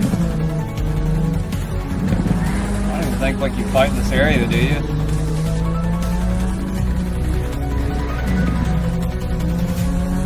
There it is. It's really dumb you gotta look for these things.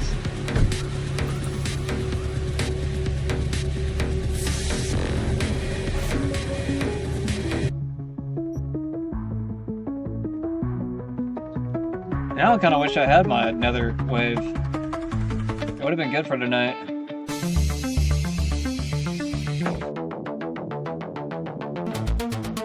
Got some dark synth wave in here somewhere. This is good enough.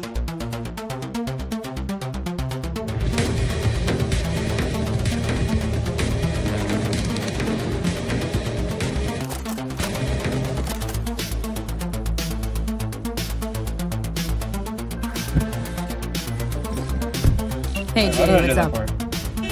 I'm still here. Can you come over, Steph? Forgot to press Something it. happened? Yeah. Just come. How do I use it? I already pressed that button.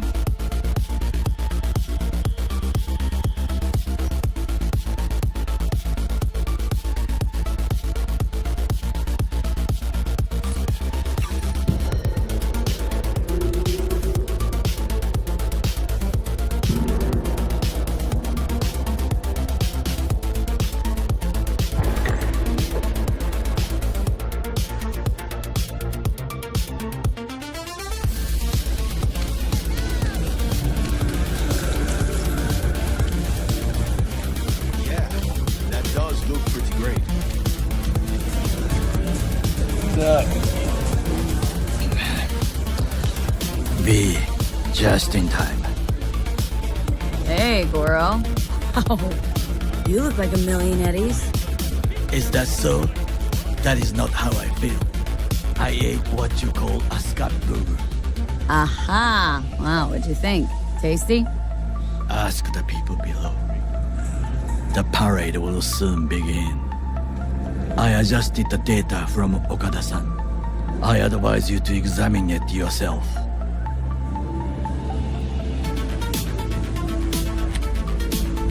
To begin with, the malware works. Truly, much better than I anticipated. Our eyes and ears are in the guard room. I observe the CCTV and I know where the sniper positions are. They are a trio. You must make each harmless before they do the same to me. There are many ways to reach them. The first is nearby. He should not be a problem. The second is worse. You will have to climb. As for the third, he hides on the footbridge over the street. We are here. Hanako-sama's platform will stop here, close to the emergency exit we will use when all is done.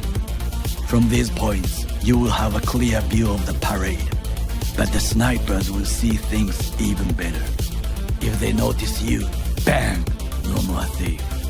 If this sounds dangerous, consider that I must leap to the float, enter through a window and meet Hanako-sama face to face. The last is what I fear the most. Is all this clear? Are you ready?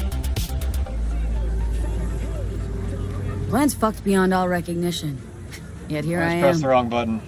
I know, and I thank you for this. Thank me once it works. Now get in position. Very well. Wait for my signal. Stay safe, Goro.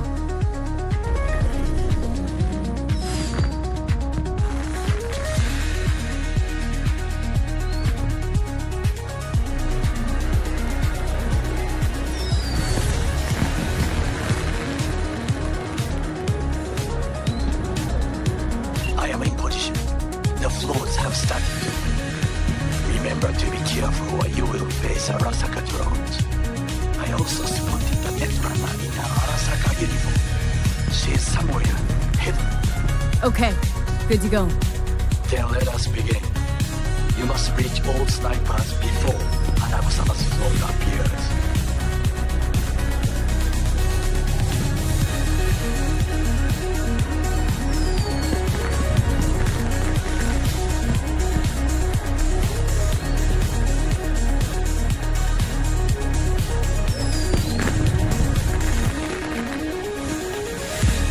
Excuse me.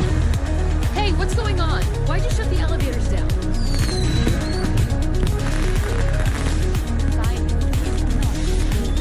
Saburo Arasaka, the poor chap, world's most powerful commercial act. Right. He's a symbol, an icon.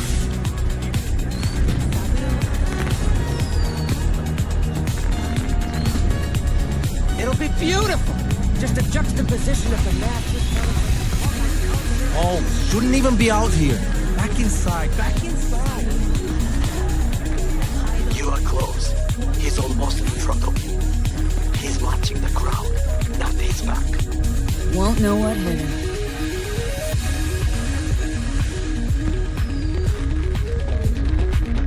You gotta remember, these don't have the same controls as Call of Duty. Keep pressing the wrong buttons.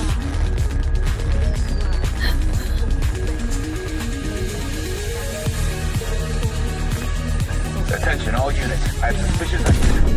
What the fuck? Oh, dude, I forgot about the mine. Did they tell me about the mine? Because I didn't hear it. I totally forgot there's a fucking mine right there.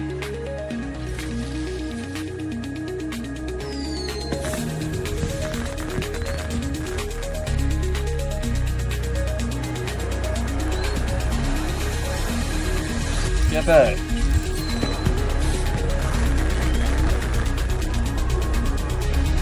I am in position. The floors have started to. Remember to be careful or you will face Arasaka drones. I also spotted the Netrunner in her Arasaka uniform. She is somewhere. I ain't wasting my time. Okay, good to go. Then let us begin. You must reach all snipers before Hanabu-sama's float appears. You are close. He's almost in front of you. He's watching the crowd, not his back. Won't know what hit him. Yeah, I was like looking up. There's like so much shiny shit around. I wasn't even looking at the fucking laser. Suspicious activity in Sector 3C. Junkie next to the balloon stand. Can I like deactivate this? Okay, good. Patrol, hold position. Balcony 2 floors up. Woman in red. I think she's armed. Aboard. I repeat, aboard. She's holding binoculars. Collect the junkie.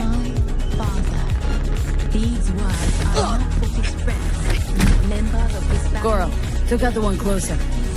Now you must leap to the balcony by the green arrow and take the elevator. Take All right. the footbridge at the top to I gotta remember they have mines.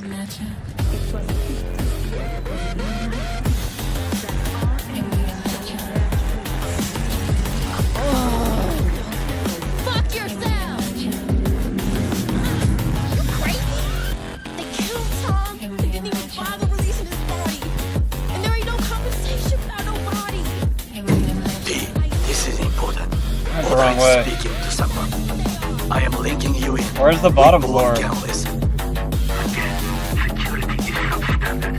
It means none of our norms. Hanabu-sama should not be here. You questioning Yorinobu's orders? Do your damn job. Understood. Over and out. It is just as we expected. Oda is here. Sure. I will contact you with any news.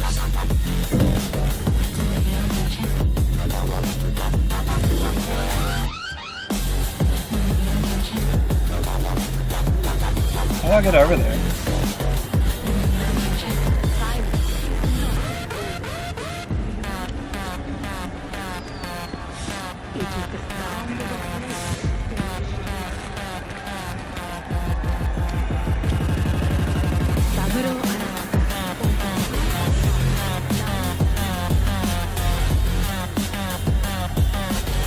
the point of this? I don't even know why this floor exists.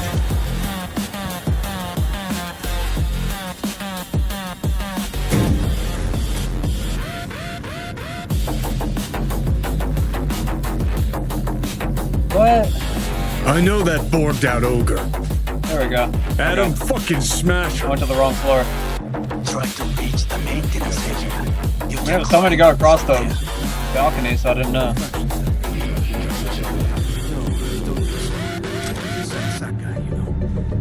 If there was going to be any bloodletting, they do it behind closed doors.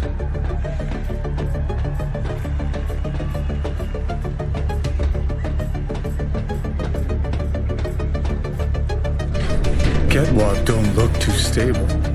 Sure Takamura didn't plan a little whoopsie-daisy for you? Fuck! Almost fell. Fuck. I did fall. I jumped right into it for some reason. I don't know why.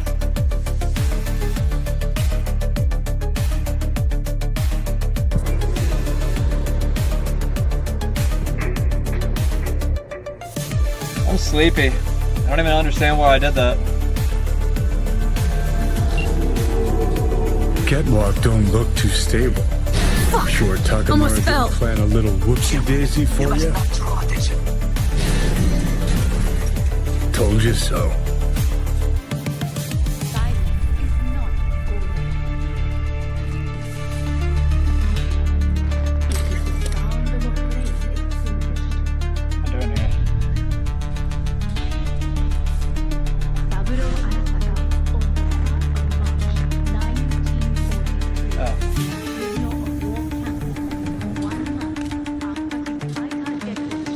You will have to get down somehow. Change the song first.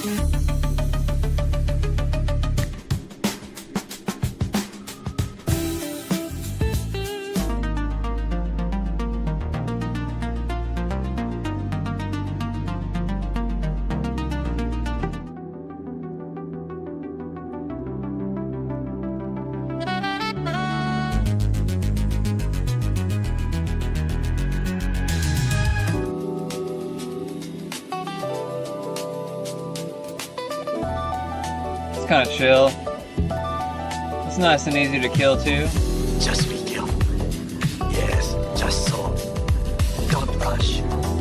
I need you alive, not the corpse below.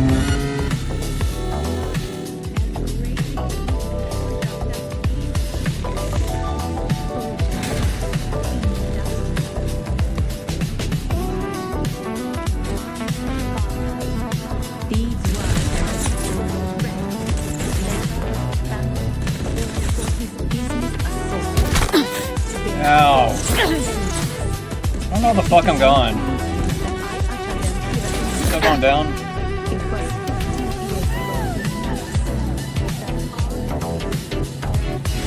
I'll stay right here for a second.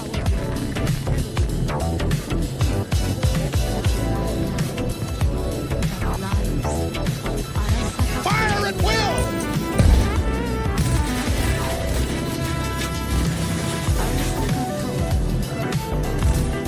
Just a few feet more and it's yours.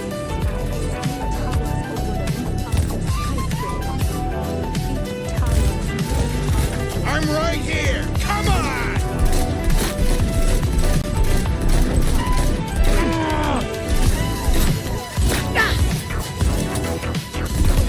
Don't break it!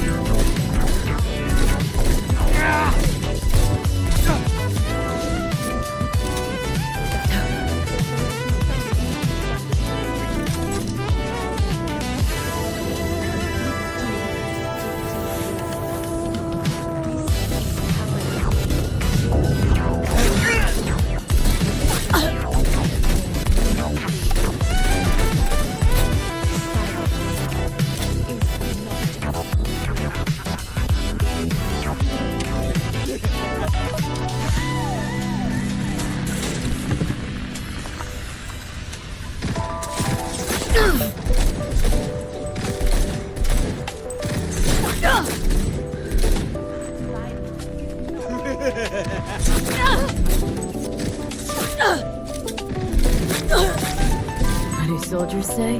Target down. Good words to hear. Yeah, that don't go. There's two of them in here. Keep it roasting.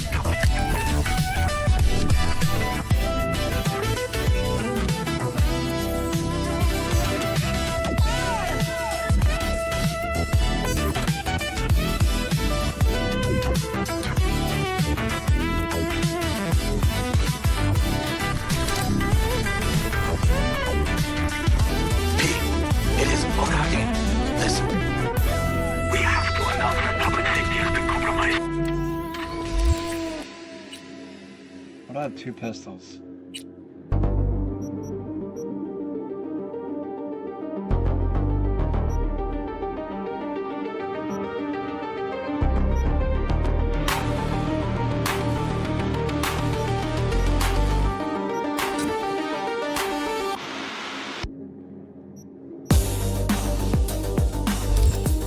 Must be extracted at once. Arasaka is fully capable of protecting its principles. Ask your boss what he values more. The Arasaka image or his sister's life. The situation is in hand. Over and out. Did you hear? They know something. Perhaps match. We must hurry.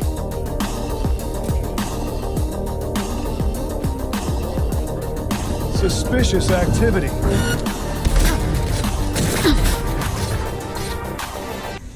I was gonna try to grab him, but he like turned around like instantly.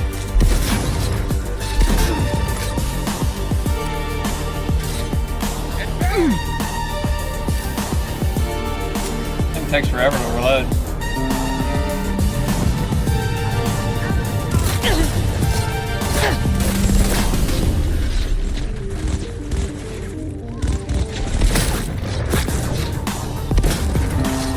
Together! What the fuck? Hold on.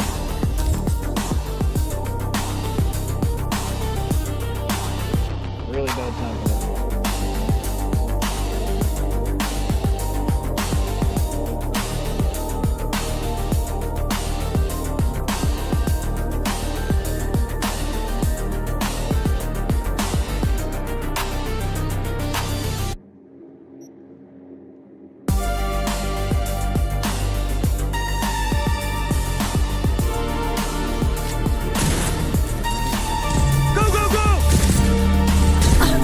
Motherfucker. I keep trying to like crouch and it like dashes instead. Like it's hard going from Call of Duty controls to like a different game.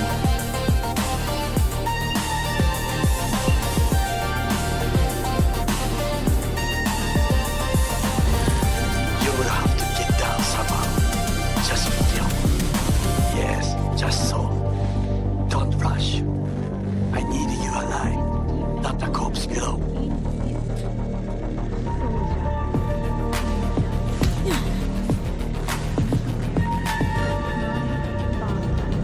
Fucking, what the fuck, dude? I feel like I got stuck on something.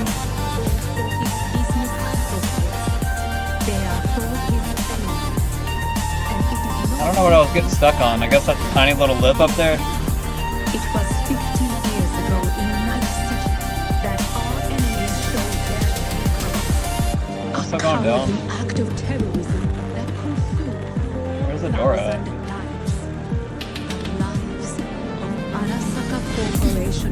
Still wasn't all the way down. The lives I thought I fell all the way down. Arasaka Tower.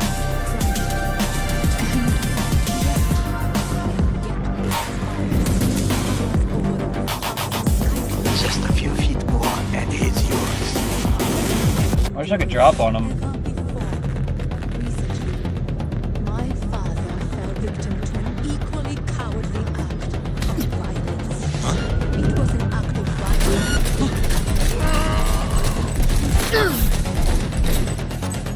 How the fuck did I miss all those? Die already! What the fuck, dude?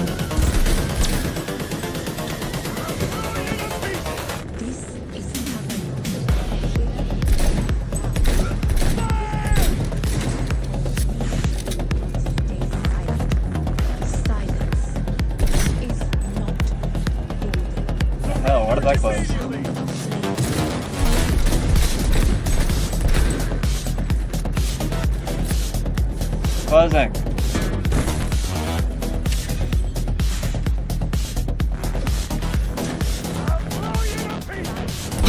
Soldiers say, target down.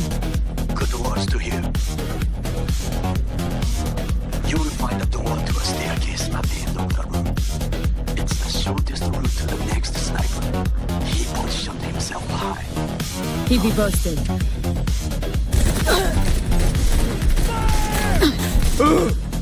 Pete, listen. We have to announce the public safety supervisor. She must be extracted at once. Arasaka is fully capable of protecting its principles. Yeah, wrong button. The Arasaka image or his sister's life. The situation is in hand and over and out. Did you hear? They know something. Perhaps match. Change my gun again now. We must hurry.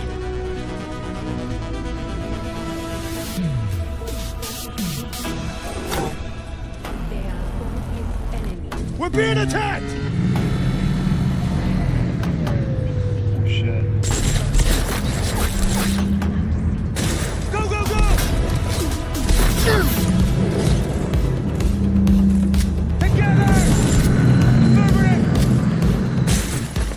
I need the music to be a little bit louder for an action scene like this. Oh man. That should be okay.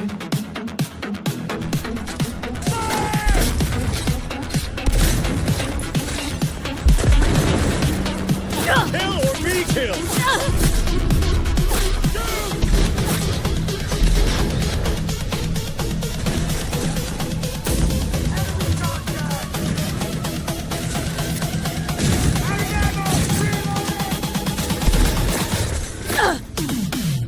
Go, go, go!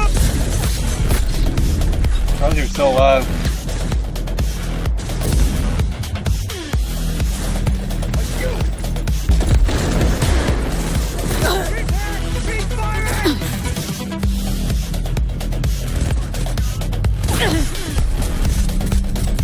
Reloading!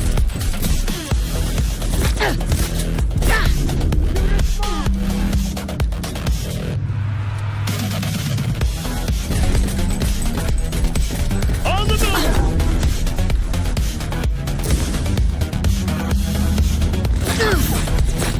All in! Go, go, go! Get the angle on her! Affirmative! Keep!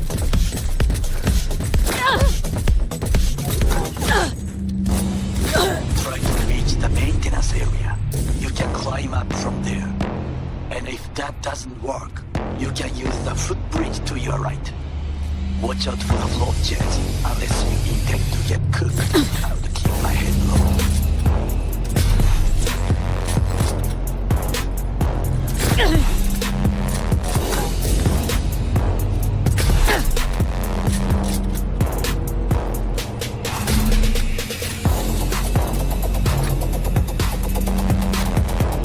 Takes so long to reload. I don't know where its weak point is.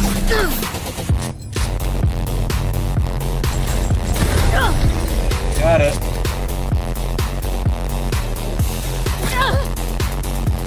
Don't hit me now.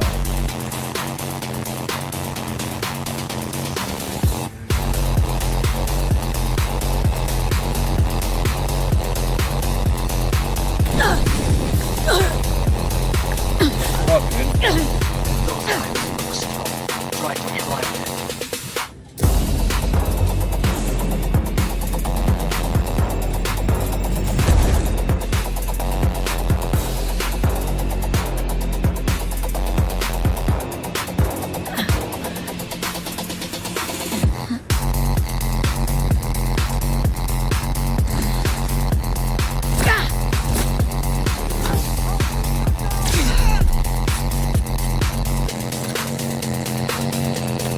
Takes so long to reload, bro.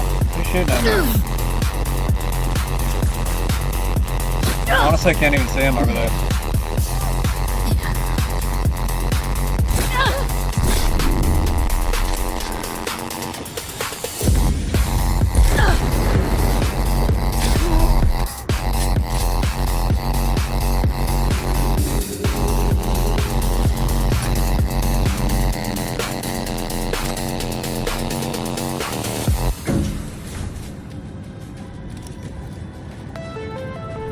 You wanna die, kid?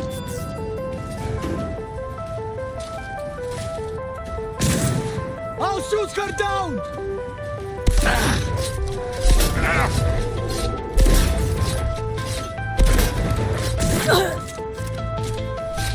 Move up!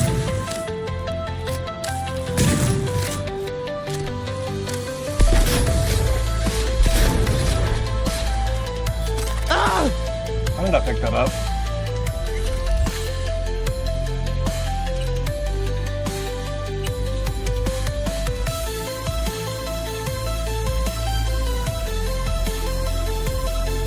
How did I drop? It doesn't let me drop.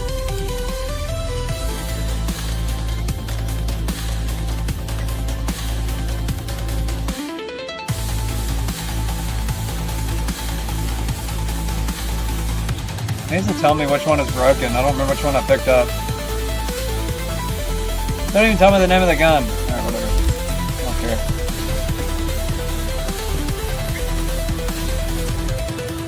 Where are we going?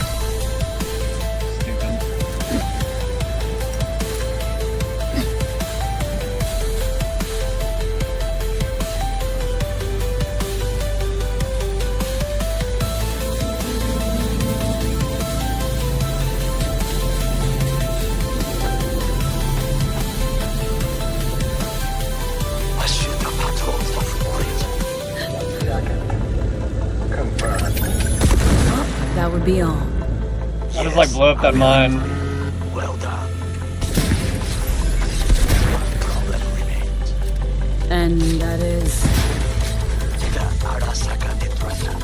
She has taken control of all the networks. You must will not be able to longer load. Otherwise. She hides in an unfinished abandoned building near to the second sniper's nest. Okay, on my way.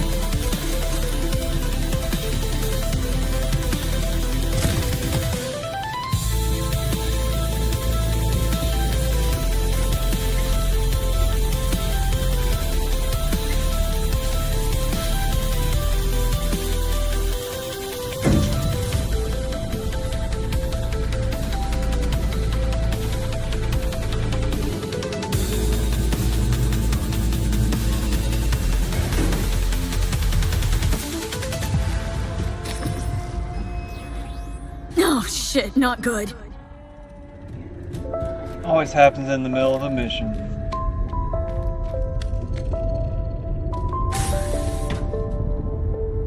Now, B, I have attention. Pull up her link. Been on a while. Time for a break. Fuck!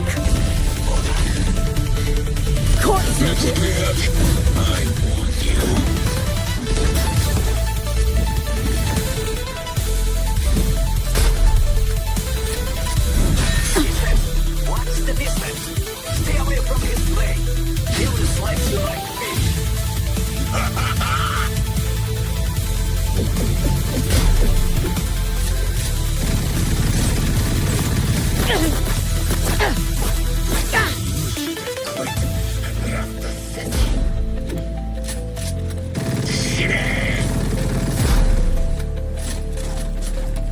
Yeah. Really, bro? I gotta upgrade my reload speed. That's bad. Like, really bad. Why does my frickin' keep acting weird when it's like on him?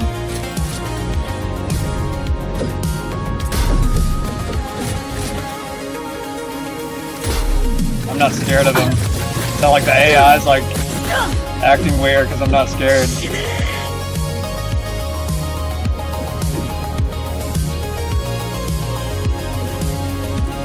going back to the same spot.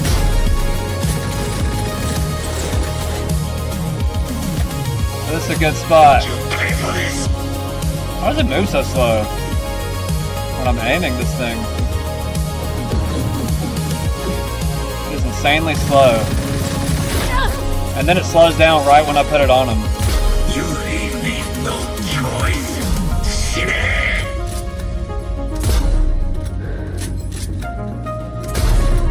It really doesn't know how to react.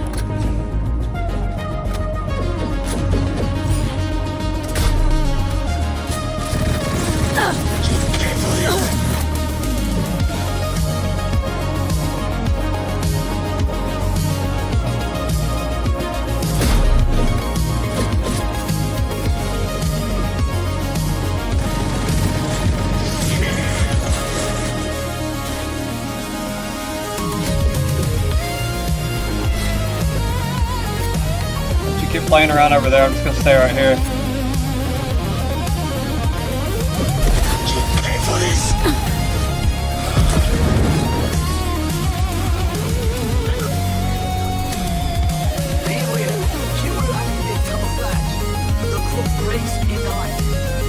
Where'd he go?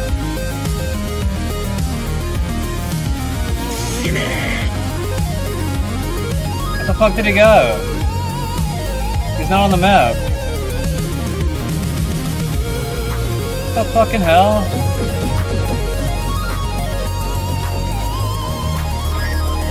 Where's he running off to? What the fuck?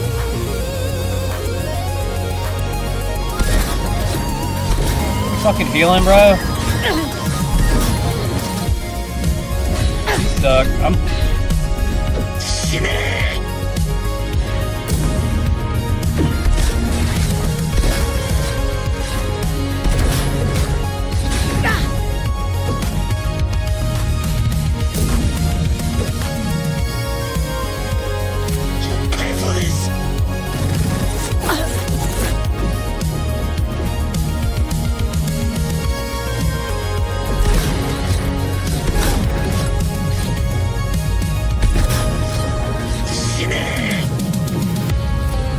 Why are you getting away from me?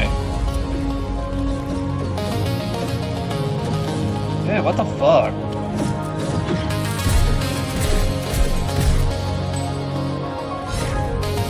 You pay for this. Fucking fight me, little bitch.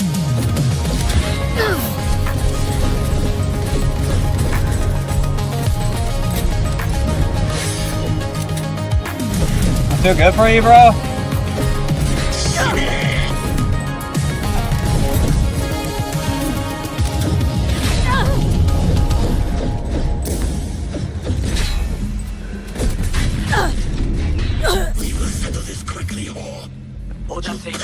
For the good cause. No, you fight for what is right and true. You must stand on your feet.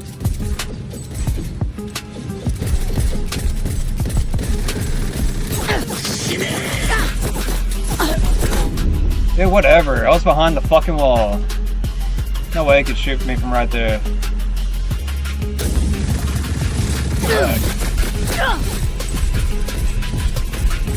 Pay for this.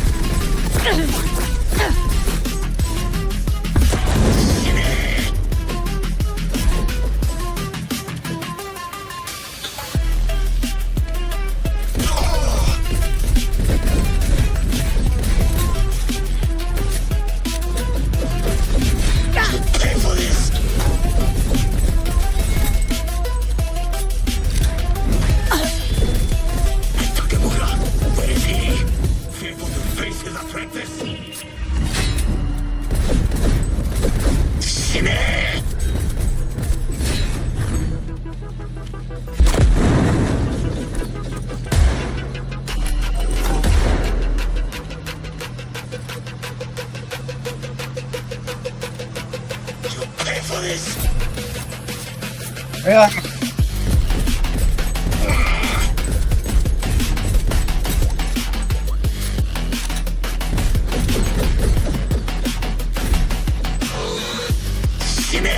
How are you not jumping on that? Oh.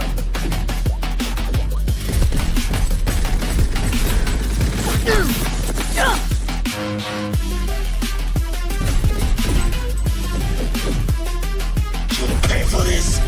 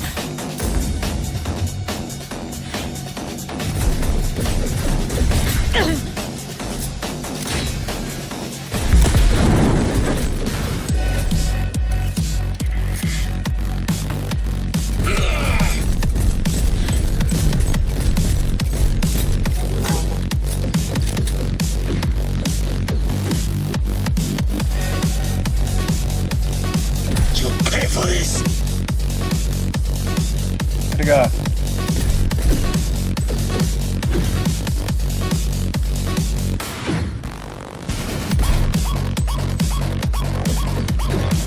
Bitch.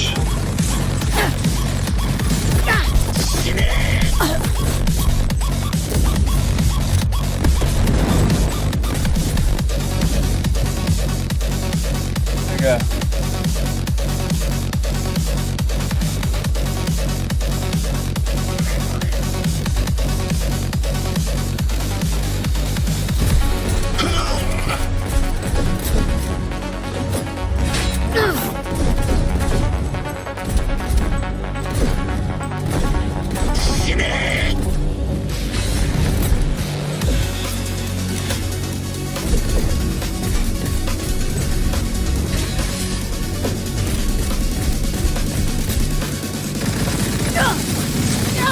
Pay for this.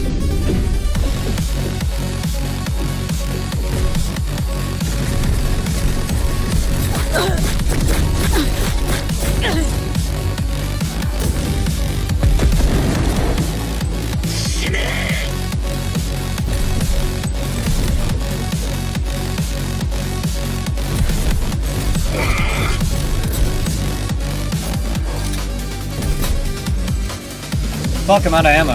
You'll pay for this.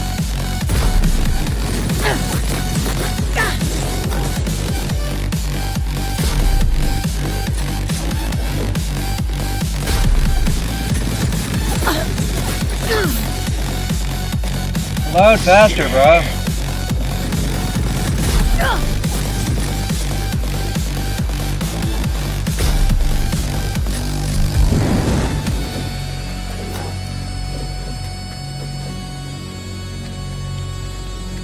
You'll pay for this.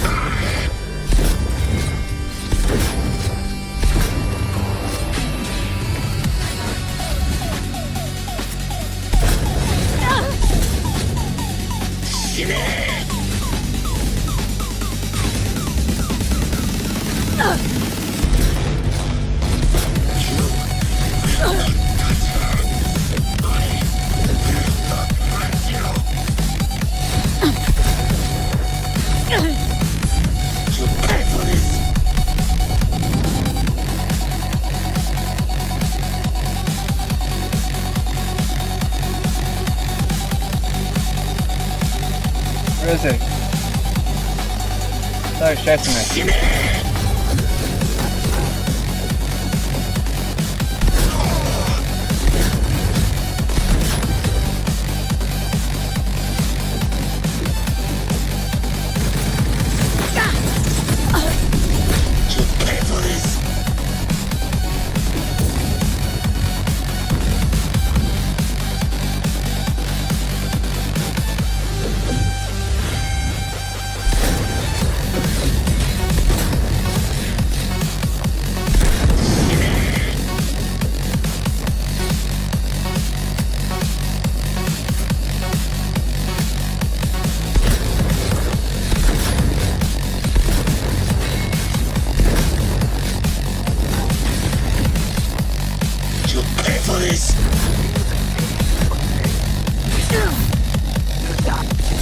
Got him.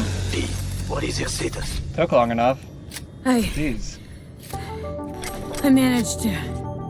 Oda, is he dead? He's breathing. For now. Please, V, show him mercy. There should be nothing standing in your way now. We press forward.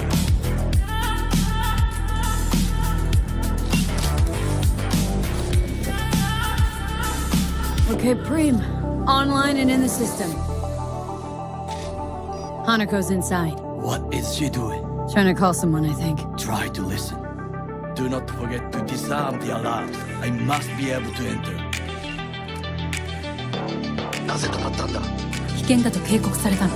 小田とも連絡が取れないし、何か変だわ。パレードを中止すれば、弱さを露呈したと思われる。弱さ？誰の？あなたの？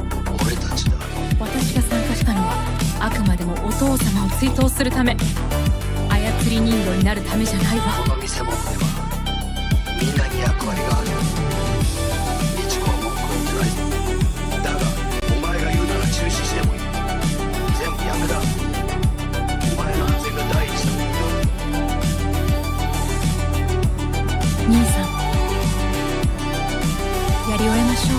ありがとう、花子。せっかくの式典だ。やり終えなければ悔いが残る。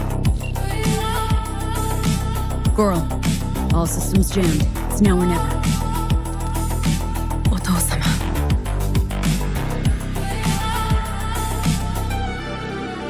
花子様。あなたは？お許しを。どうか話だけでもお聞きください。三郎様は父のことを口にしないで。これが俺にできる最後のご奉仕なのです。三郎様の死について真実を明かすことは花子様無礼を働きたくありません。しかし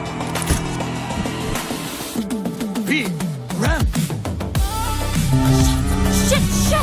He shot her. Whatever he did, now we're really fucked. Knew we couldn't trust him. What happened to keeping him on his leash? We'd best still to the fuck out of here. Help! I thought it was an enemy.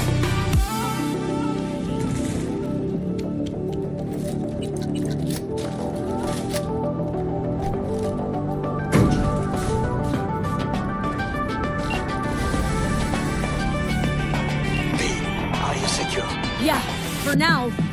Lost your fucking mind? There's no time to explain. We must meet. Where are you? An abandoned apartment block on Vine Street. Second floor. Number 303. No more times. Hurry. Almost got trampled. I look okay. We're about to go live. 3, 2, 1.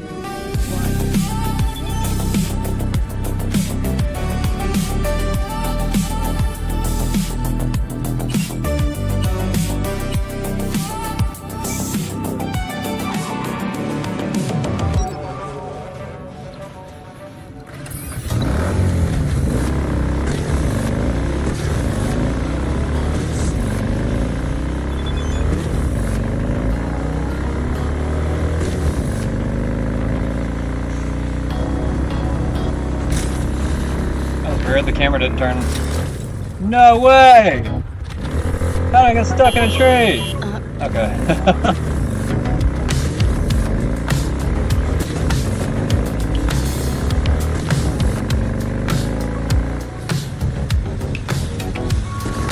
Turn around, damn it. How do I freaking... I was braking for a second. Where am I at? Give me my GPS back. There it is.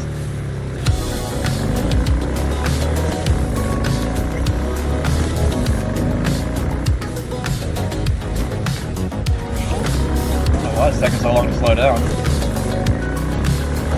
You've got to give me some new brakes for this thing.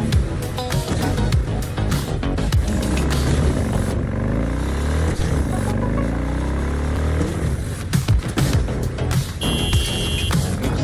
Wrong button.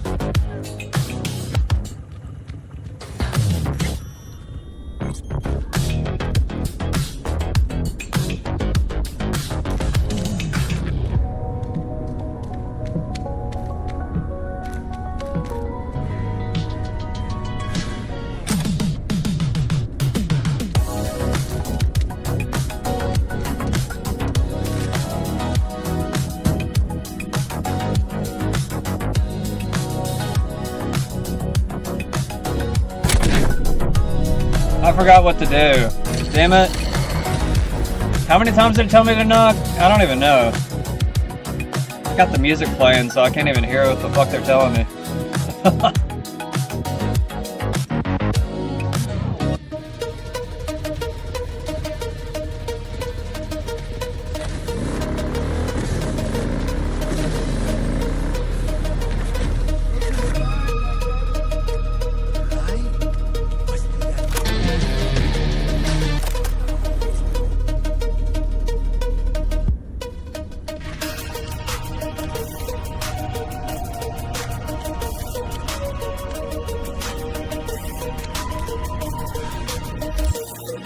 Make sure real quick.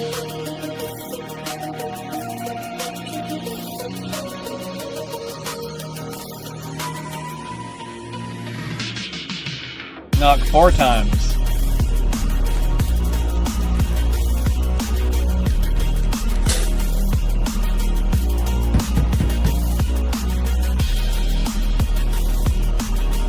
Okay, come inside, quick.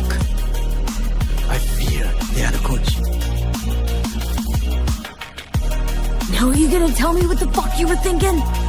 I used the cylinder. She tried to enable her tracker. I had no choice. I offered her something. You kidnap Hanako Arasaka and offer her a cup of fucking tea? Yes, she respectfully declined. Tell her the truth about Yorinobu. No embarrassment. And state your terms clearly. Perhaps to you, she will listen.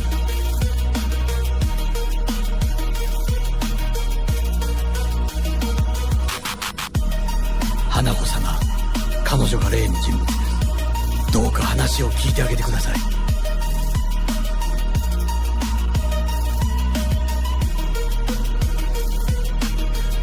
Oh, she's right there. I was like, where the fuck is she?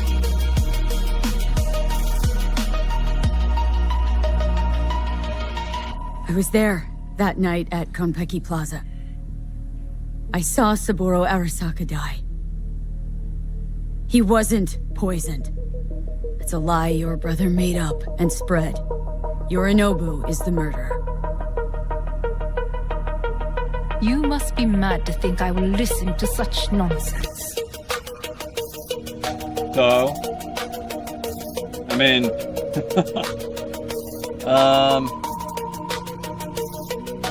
There's no time to waste, B. Whatever. Let's do it. Do it! Look, I know it's a lot That's to not take in, let alone believe. Also know you're an honorable person, worthy of trust. And that's why I want to make you an offer. You make me an offer? The relic your brother tried to hawk off to Netwatch is in my head. Right now. Took a bullet to the brain, but the tech on the chip saved me. Now, it's slowly killing me.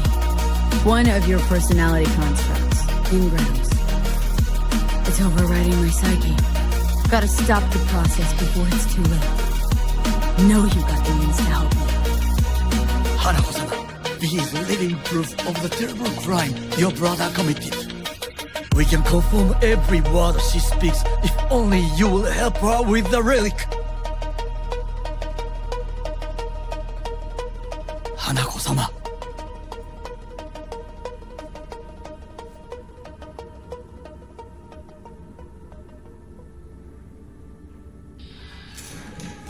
Did you hear that? Go and check.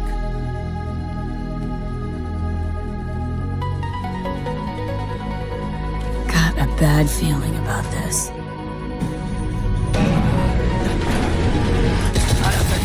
They have found us! Damn it! Get deck! On the ground, cunt! Don't move!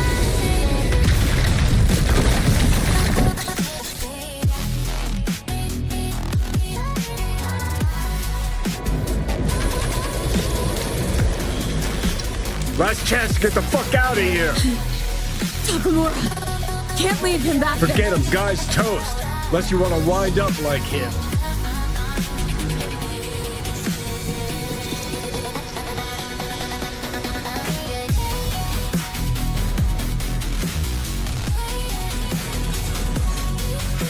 Keep low and eyes 360. They're in the hallway.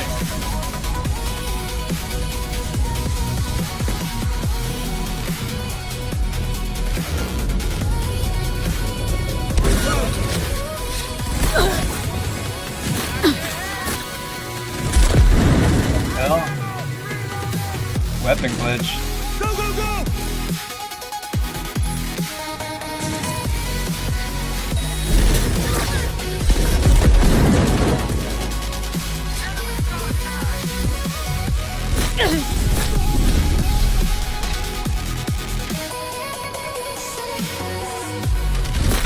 Oh, why is it not shooting? Cover me! I'm reloading! Is it the weapons glitch? Like, what the fuck?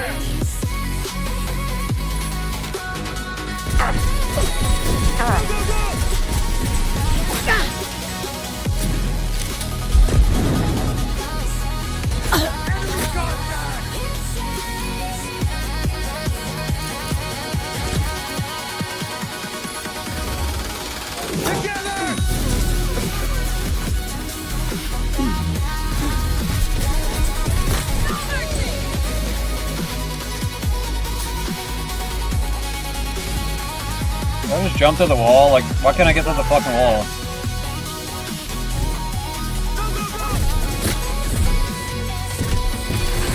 Bullet! Get the angle on her! Enemy contact! Keep firing! Damn!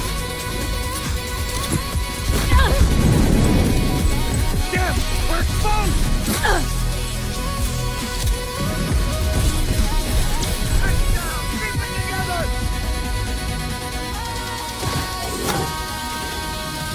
Go, go, go!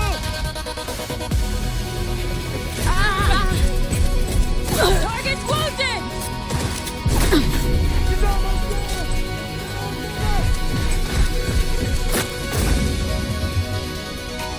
Contact!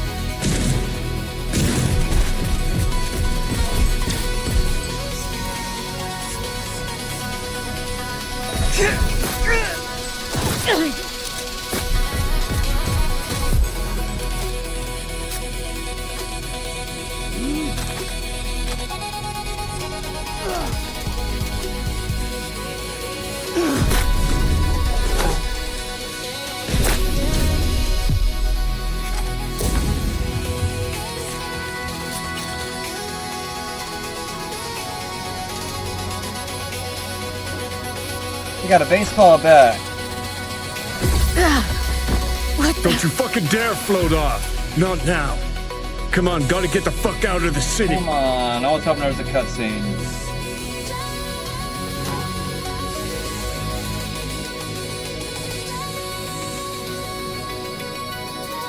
Let's go. Think they make these motels especially for cutscene, loyal good. fuck-ups like us? AC's busted, dirty needles under the mattress, shitters clogged. No, for real. Who fucking comes here to sleep? We're a couple miles outside Night City. Someone leaving town just keeps driving. Somebody going there sleeps in the damn city. What good's a motel in the middle of nowhere? Johnny, Yeah? shut your gonk mouth. Please. Saying random Yeah, you shit gonker. ain't gonna help anyone. Dirty How the donks. tables have turned. Johnny, for crying Now out we're the ones sitting around waiting for Socko Salt Squad to storm in. Anyone knocks, blast the fucking door. No warning. Not keen on us ending up like Takamura. Hear that? car. At this hour, in this place? Fuck. Just one? Finger on the trig, V.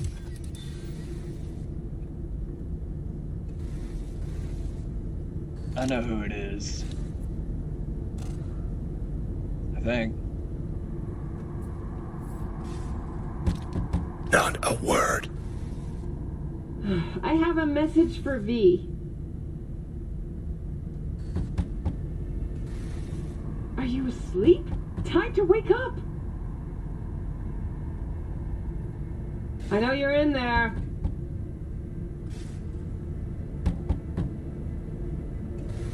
Are you asleep?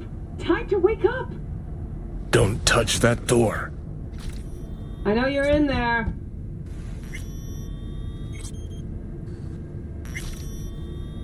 Are you asleep? Time to wake up! I know you're in there.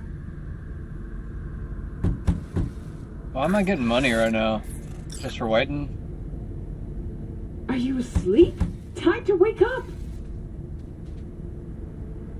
He's not leaving. I know you're in there.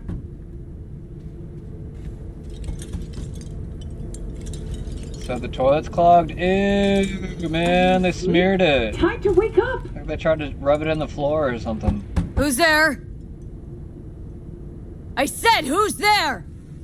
Oh, want the whole motel to hear, or will you let me in? I'm armed. Don't try anything. Finally. Ugh. That on the wall, is that blood? Yeah. Knocked the last star off this dump. So, you were saying, got a message? Sitting right here. It'll start soon. What'll start? I can just like see up her skirt. What the hell? It's a doll. Or a proxy. Oh, is that why it doesn't close its legs?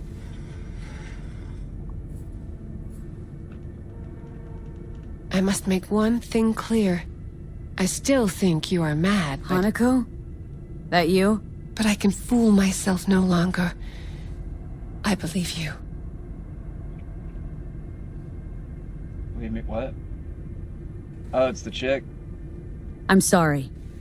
No, this must be difficult for you. Painful.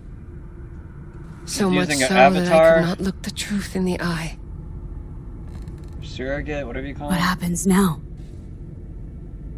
Yorinobu planted a tanto in the corporation's very heart. I must act while the wound is fresh. And you will help me. You are living proof of his crime and treason.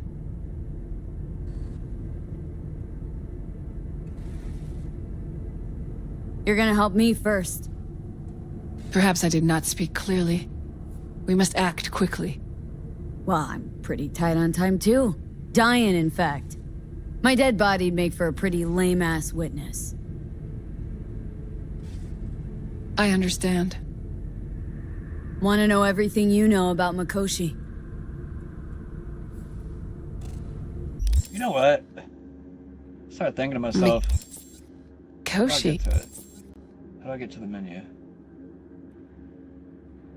I don't see it anywhere. How do I get to it? One of my father's flagship projects. A data fortress with... There we go.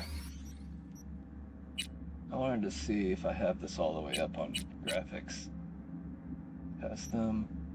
Ultra performance, that's good. Wait, why is this all low? I was thinking to myself, I was like, why does it seem like the graphics are low? They are on fucking low. What the hell?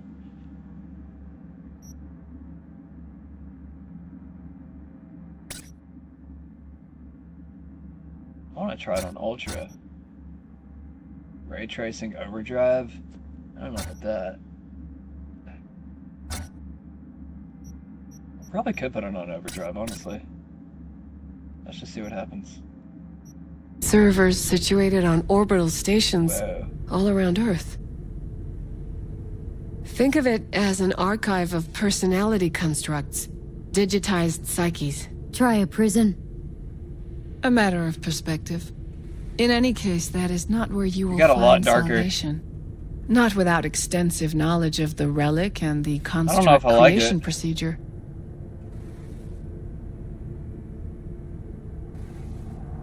It does remind me a lot more of Blade Runner now, though. Track there down a your problem? runaway. Hellman was hiding under Kang Tao's wing. We chatted. Think sooner or later the engram will completely consume me. Process can't be stopped. It still looked pretty good on low. Deterministic conclusion for a man of science. For some reason, I thought it was on high. Got my hands on the relics. But I was also schematics. thinking to myself, I was like, Got I feel like detailed it's information about degraded its for inner some reason. workings. Project tech documentation. All useful. Even more so given that Hellman is still alive. I will contact him and explain that one does not leave Arasaka by the back door. Managed to make contact with Alt Cunningham. The Cunningham? The very same who invented Soul Killer, using her own modified version now. I think it's still playing pretty good so far. That's about the extent of what we extra got. ultra or whatever the What fuck now? this is.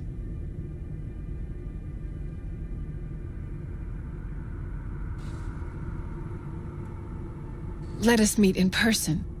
At Amber's, in the city center. It is discreet. Cool, let's go. Just remember one thing. I want to get out of this room From now on, we both must exercise extreme caution. Uh-huh. Skipping ahead. Just a little bit. You're taking too long, bitch. Get out. Get out. Get out. Know what? What? Think I'd have rather had a wave of Sunk elites barge in here. Got what we wanted. Don't tell me that proxy got to you. Fuck you. Come on, think about it. Yesterday, Hanukkah was living in a world that was completely safe for her. Know what she got on her hands now? A foreign city, a homicidal brother, and a fucking thief. It's why she sent a proxy. She's alone. And she is shitting herself more than we are. Okay, it looks a lot better now. Holy shit. What? Alright, now I can Did see you say it. clink? The detail and everything looks a lot better. Sound of her attaching her leash. I knew I could run this game on Ultra. I'm loving it. I just wish I'd started the game with it. I just didn't realize I wasn't on it. It keeps switching around every time I start the game. Bro. Alright, stop doing that shit. I'm trying to look at the fucking graphics, Get ready. motherfucker. Pisses me off. It keeps doing shit. Fuck. Let me play the game. Let me skip this shit. Why did that even do that? Johnny! You ain't dying yet. I got you. You're in my head, Johnny. You can't do anything. Oh, wait. He does take control of my body every now and again, though. Johnny. Which is weird. That smells the sea breeze. Get up. Pacific's beautiful this time of day. I bet it is. Let me frickin' check out the graphics now. Since I've turned things up. It's being so slow. Almost flatlined by that attack. Let me see the ocean. What we got? Or lake. I don't know what we have. We got an ocean. So cool.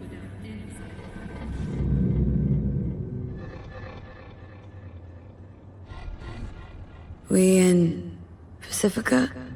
What's this building? Old hotel, the Pistis Sophia. We're her sole guests right now. Wanted to show you something. Come on.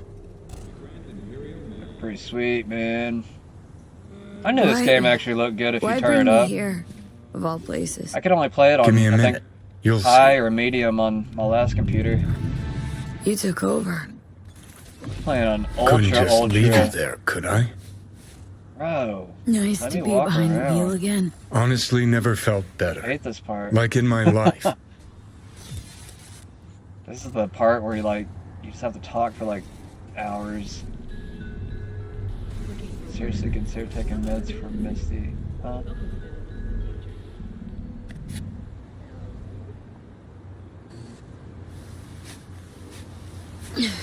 Did you want to pop the pill? Coolier Chrome, if I'd wanted full control, I'd have taken it already. Lots earlier.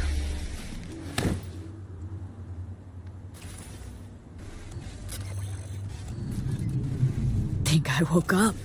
Derailed your plan in the nick of time. And I think fear of death's got you spewing misdirected anger.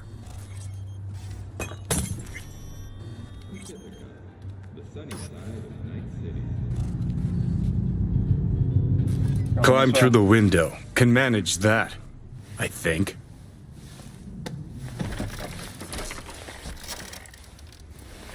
So like all these like buildings are just like abandoned now. You wanted to know why I brought you here. And everybody's just like junkies. There's a hidey hole where I'm standing. Open it. Empty it. Jeez. Alright, what?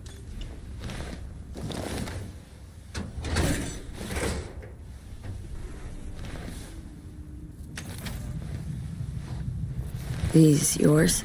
They were. Belong to you now. Why are you giving me these? Imagine we're deployed together, fighting in a war, side by side. Would you take a bullet for me?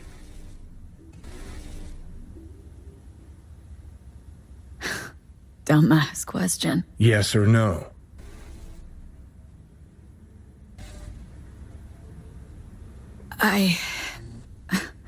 I don't know. Answer me. I would. Yeah. Tags belong to a man who sacrificed his life for mine in Mexico. Been thinking about our predicament. Want to be clear. I will do you no wrong. When the time comes, it'll be my life for yours. I'll agree to get wiped. Tags are proof of my promise. I'd do the same for you. Yeah. Thanks. You seriously considering Hanako's offer? I'm so glad I turned up the graphics now. It really did look kind of shitty before. I'm really seeing the difference now. Alright, Got a better idea. I'm just hitting Not X every yet, single time. but I hate got a picking all the different request. options. Well? It just needs to Adam be a cutscene. Smasher. Fucker who got the better I of want to me. pick all the different options. Whatever happens to me, I I want used to him like that zero, shit like 10 gone, years ago, tossed but I into don't the care wind anymore. as mulch. Not your dying wish? I mean, I guess if Revenge? there is like shitty It's endings, more than it's that. kind of good that you have And I'll different need options. you to take Rogue with you. It's important to me, and it's just as important for her.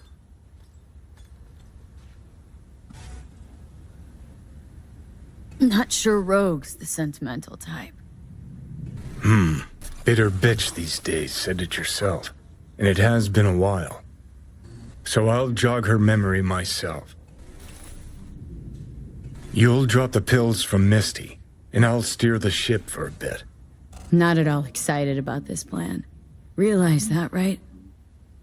Just gonna have a quick chat with Rogue about Smasher. Then I'm out, I promise. Need to know exactly what you plan to do. I'll tell Rogue the truth. See if she's willing to help. Hey, just busted out of soul prison. Check out my new ass.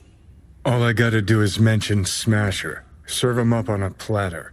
Muse over the old days. Easy. Fine. I'll do this for you. Appreciate it, thanks. Take me to the afterlife. Promise, you won't regret this. Feeling better. Should get going. Still feel a sharp something near your heart. Doubt that's ever going away. I didn't trust him the first playthrough, but I know I can trust him this playthrough, so... The Hotel Pistis Sophia. That did help determine right? some of that. Mm-hmm. Are we going Good this way? place to die. Just not today.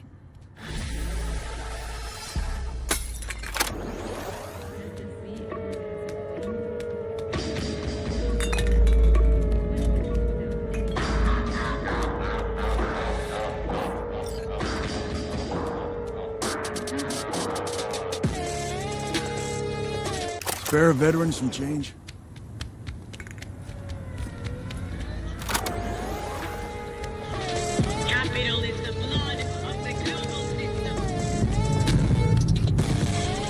I'm always scared to play other people's music now on my channel because it will like get me flagged. So weird.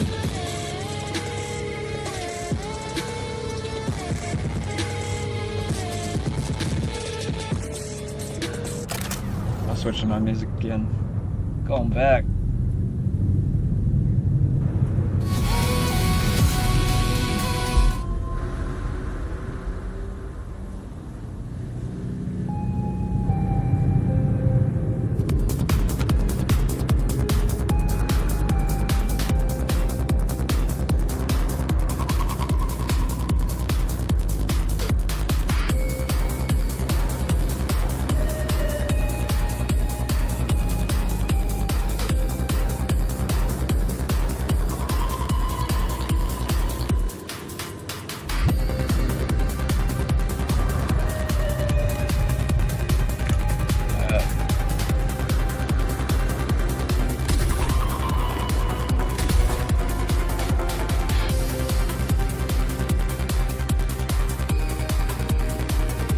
I need to level up.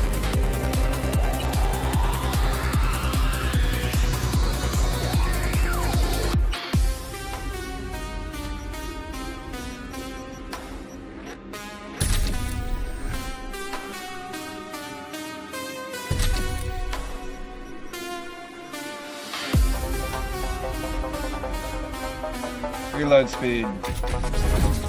I didn't mean to use both of them, but okay. That works.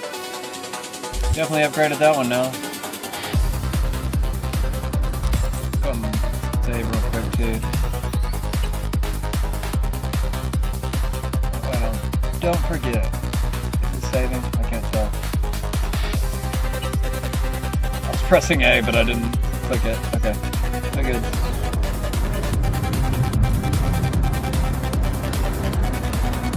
Why is everything so high up?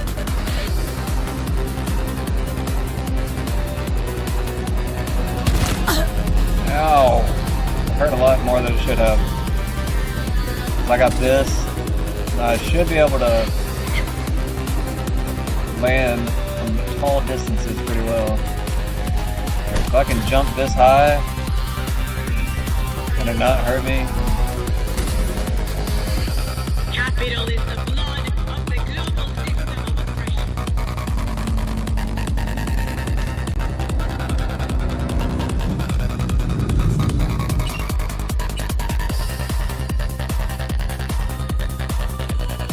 I just realized something. I'm not even showing you guys tonight what I'm playing. I'm being an asshole. Is it up there now? It is, but it's in the wrong spot. There we go.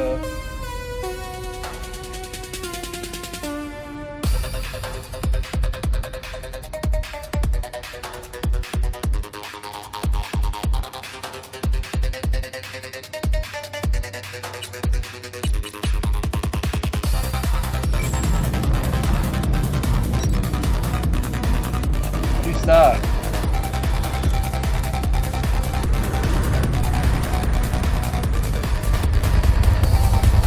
This way. It looks so much better. It actually plays really well on Super Ultra or whatever the hell this is. Get out of the way. Wide ass turn.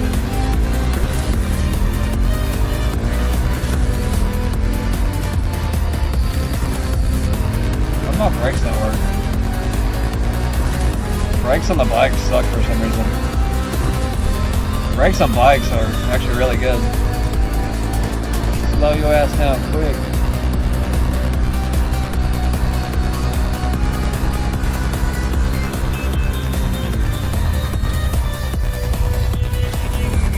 What the fuck?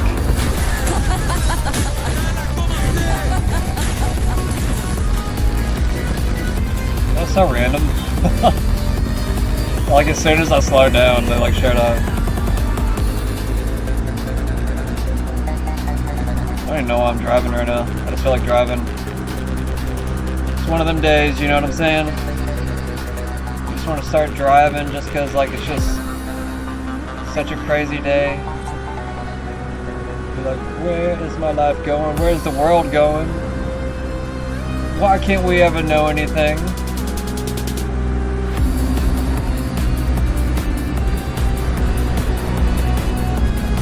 Lots of traffic. Why is there so much traffic?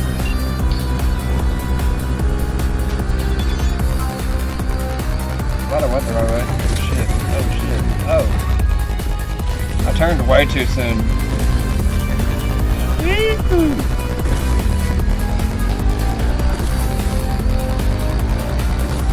Oh my god!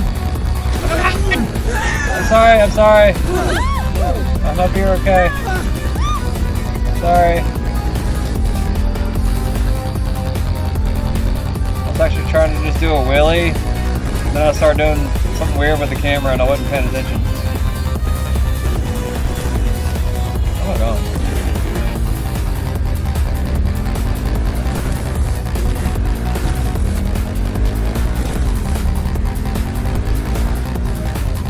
Hold up.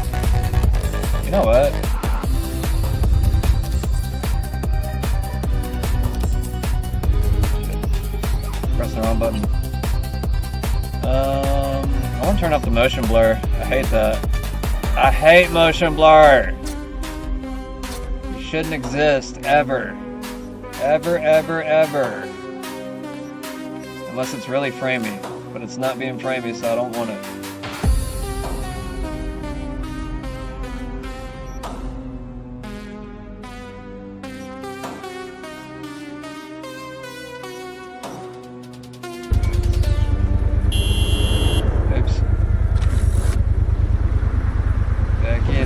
Back it up, yeah.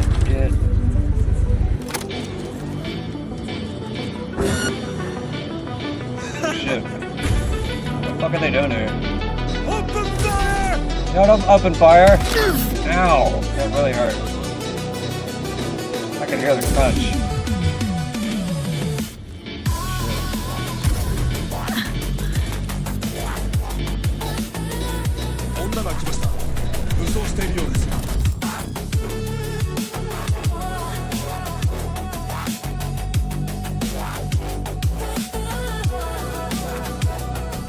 Am I at the end of the game? I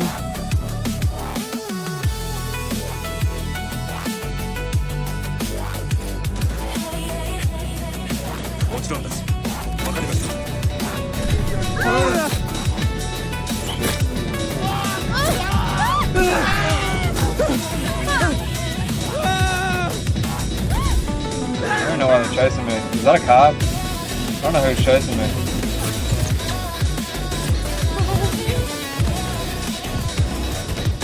Is that a cop? I can't tell.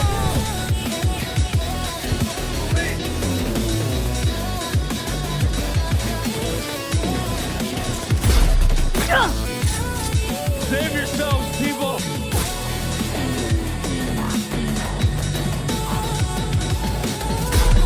I don't even see anybody right there.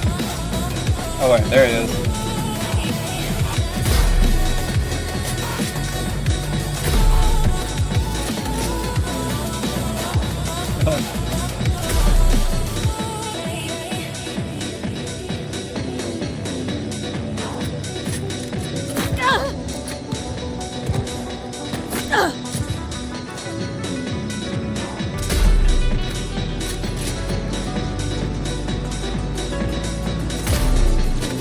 Dude, shoot me now.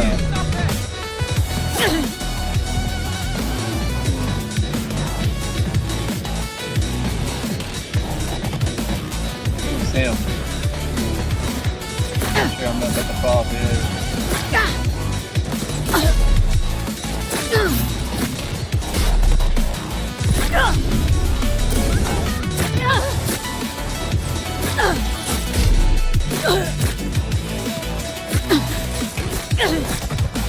Bullet sponge now. I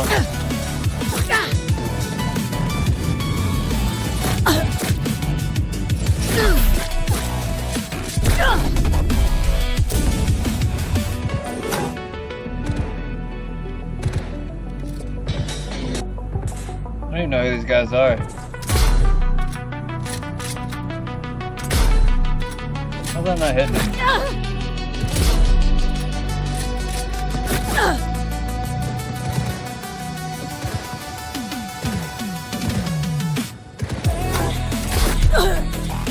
It's like dodging it or something.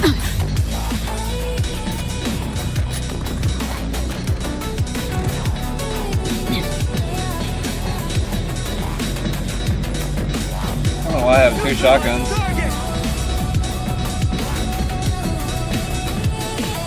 What am I even doing here? Wrong one. I had two different sets of music going. I don't even know what was playing. I'm like, get over here, bitch. Why can't you ever come straight to me? I don't want to do that mission. I need to change it. Doggy dog. Who is that? Mysterious caller. Yeah, I said I was going to do more side missions this playthrough. I didn't do them. So I'm going to like avoid this one and do the rest of them. And then I'll just save the last thing for the last.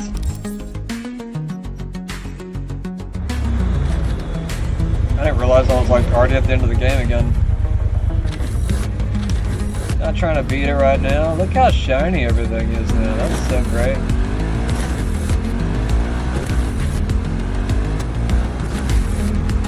Why is the traffic all stopped everywhere? It's kind of weird. What to say? Are the cars ever going to move again?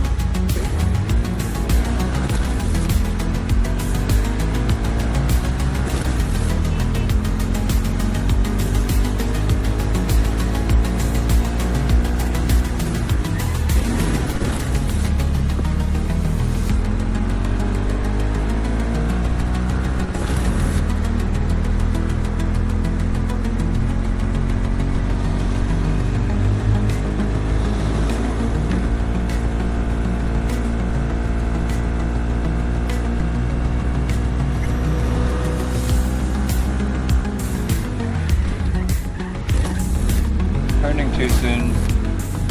Sometimes I'll drive using the GPS rather than the road.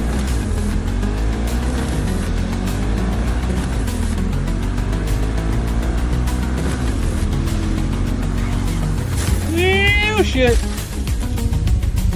Oh, that's an awkward spot to land in. I don't think we're getting out of that one. I mean, I could try. I don't have to give up that easily.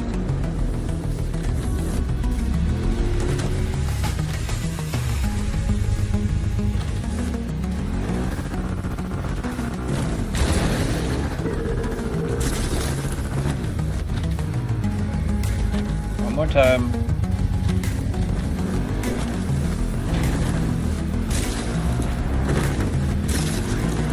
Woohoo! I did it! Bitch. It was like trying hard to make me wreck. Yeah, you're trying to hit me again, I saw that.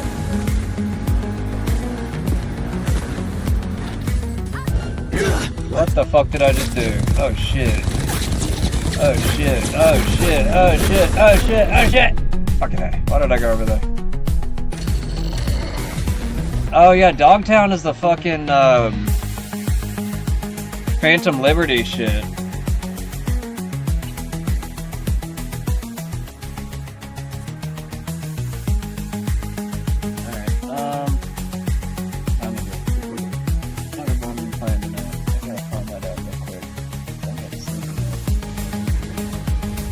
I need to end this episode. What am I doing?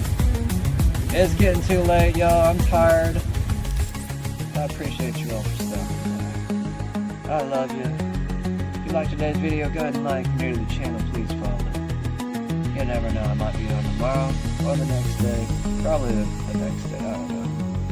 It's getting so weird with this oil crisis. I just don't even know what to think of it anymore, guys. I don't know. There might be just a day where I just don't even have a show again. You never know. But I love you. Wish you all well.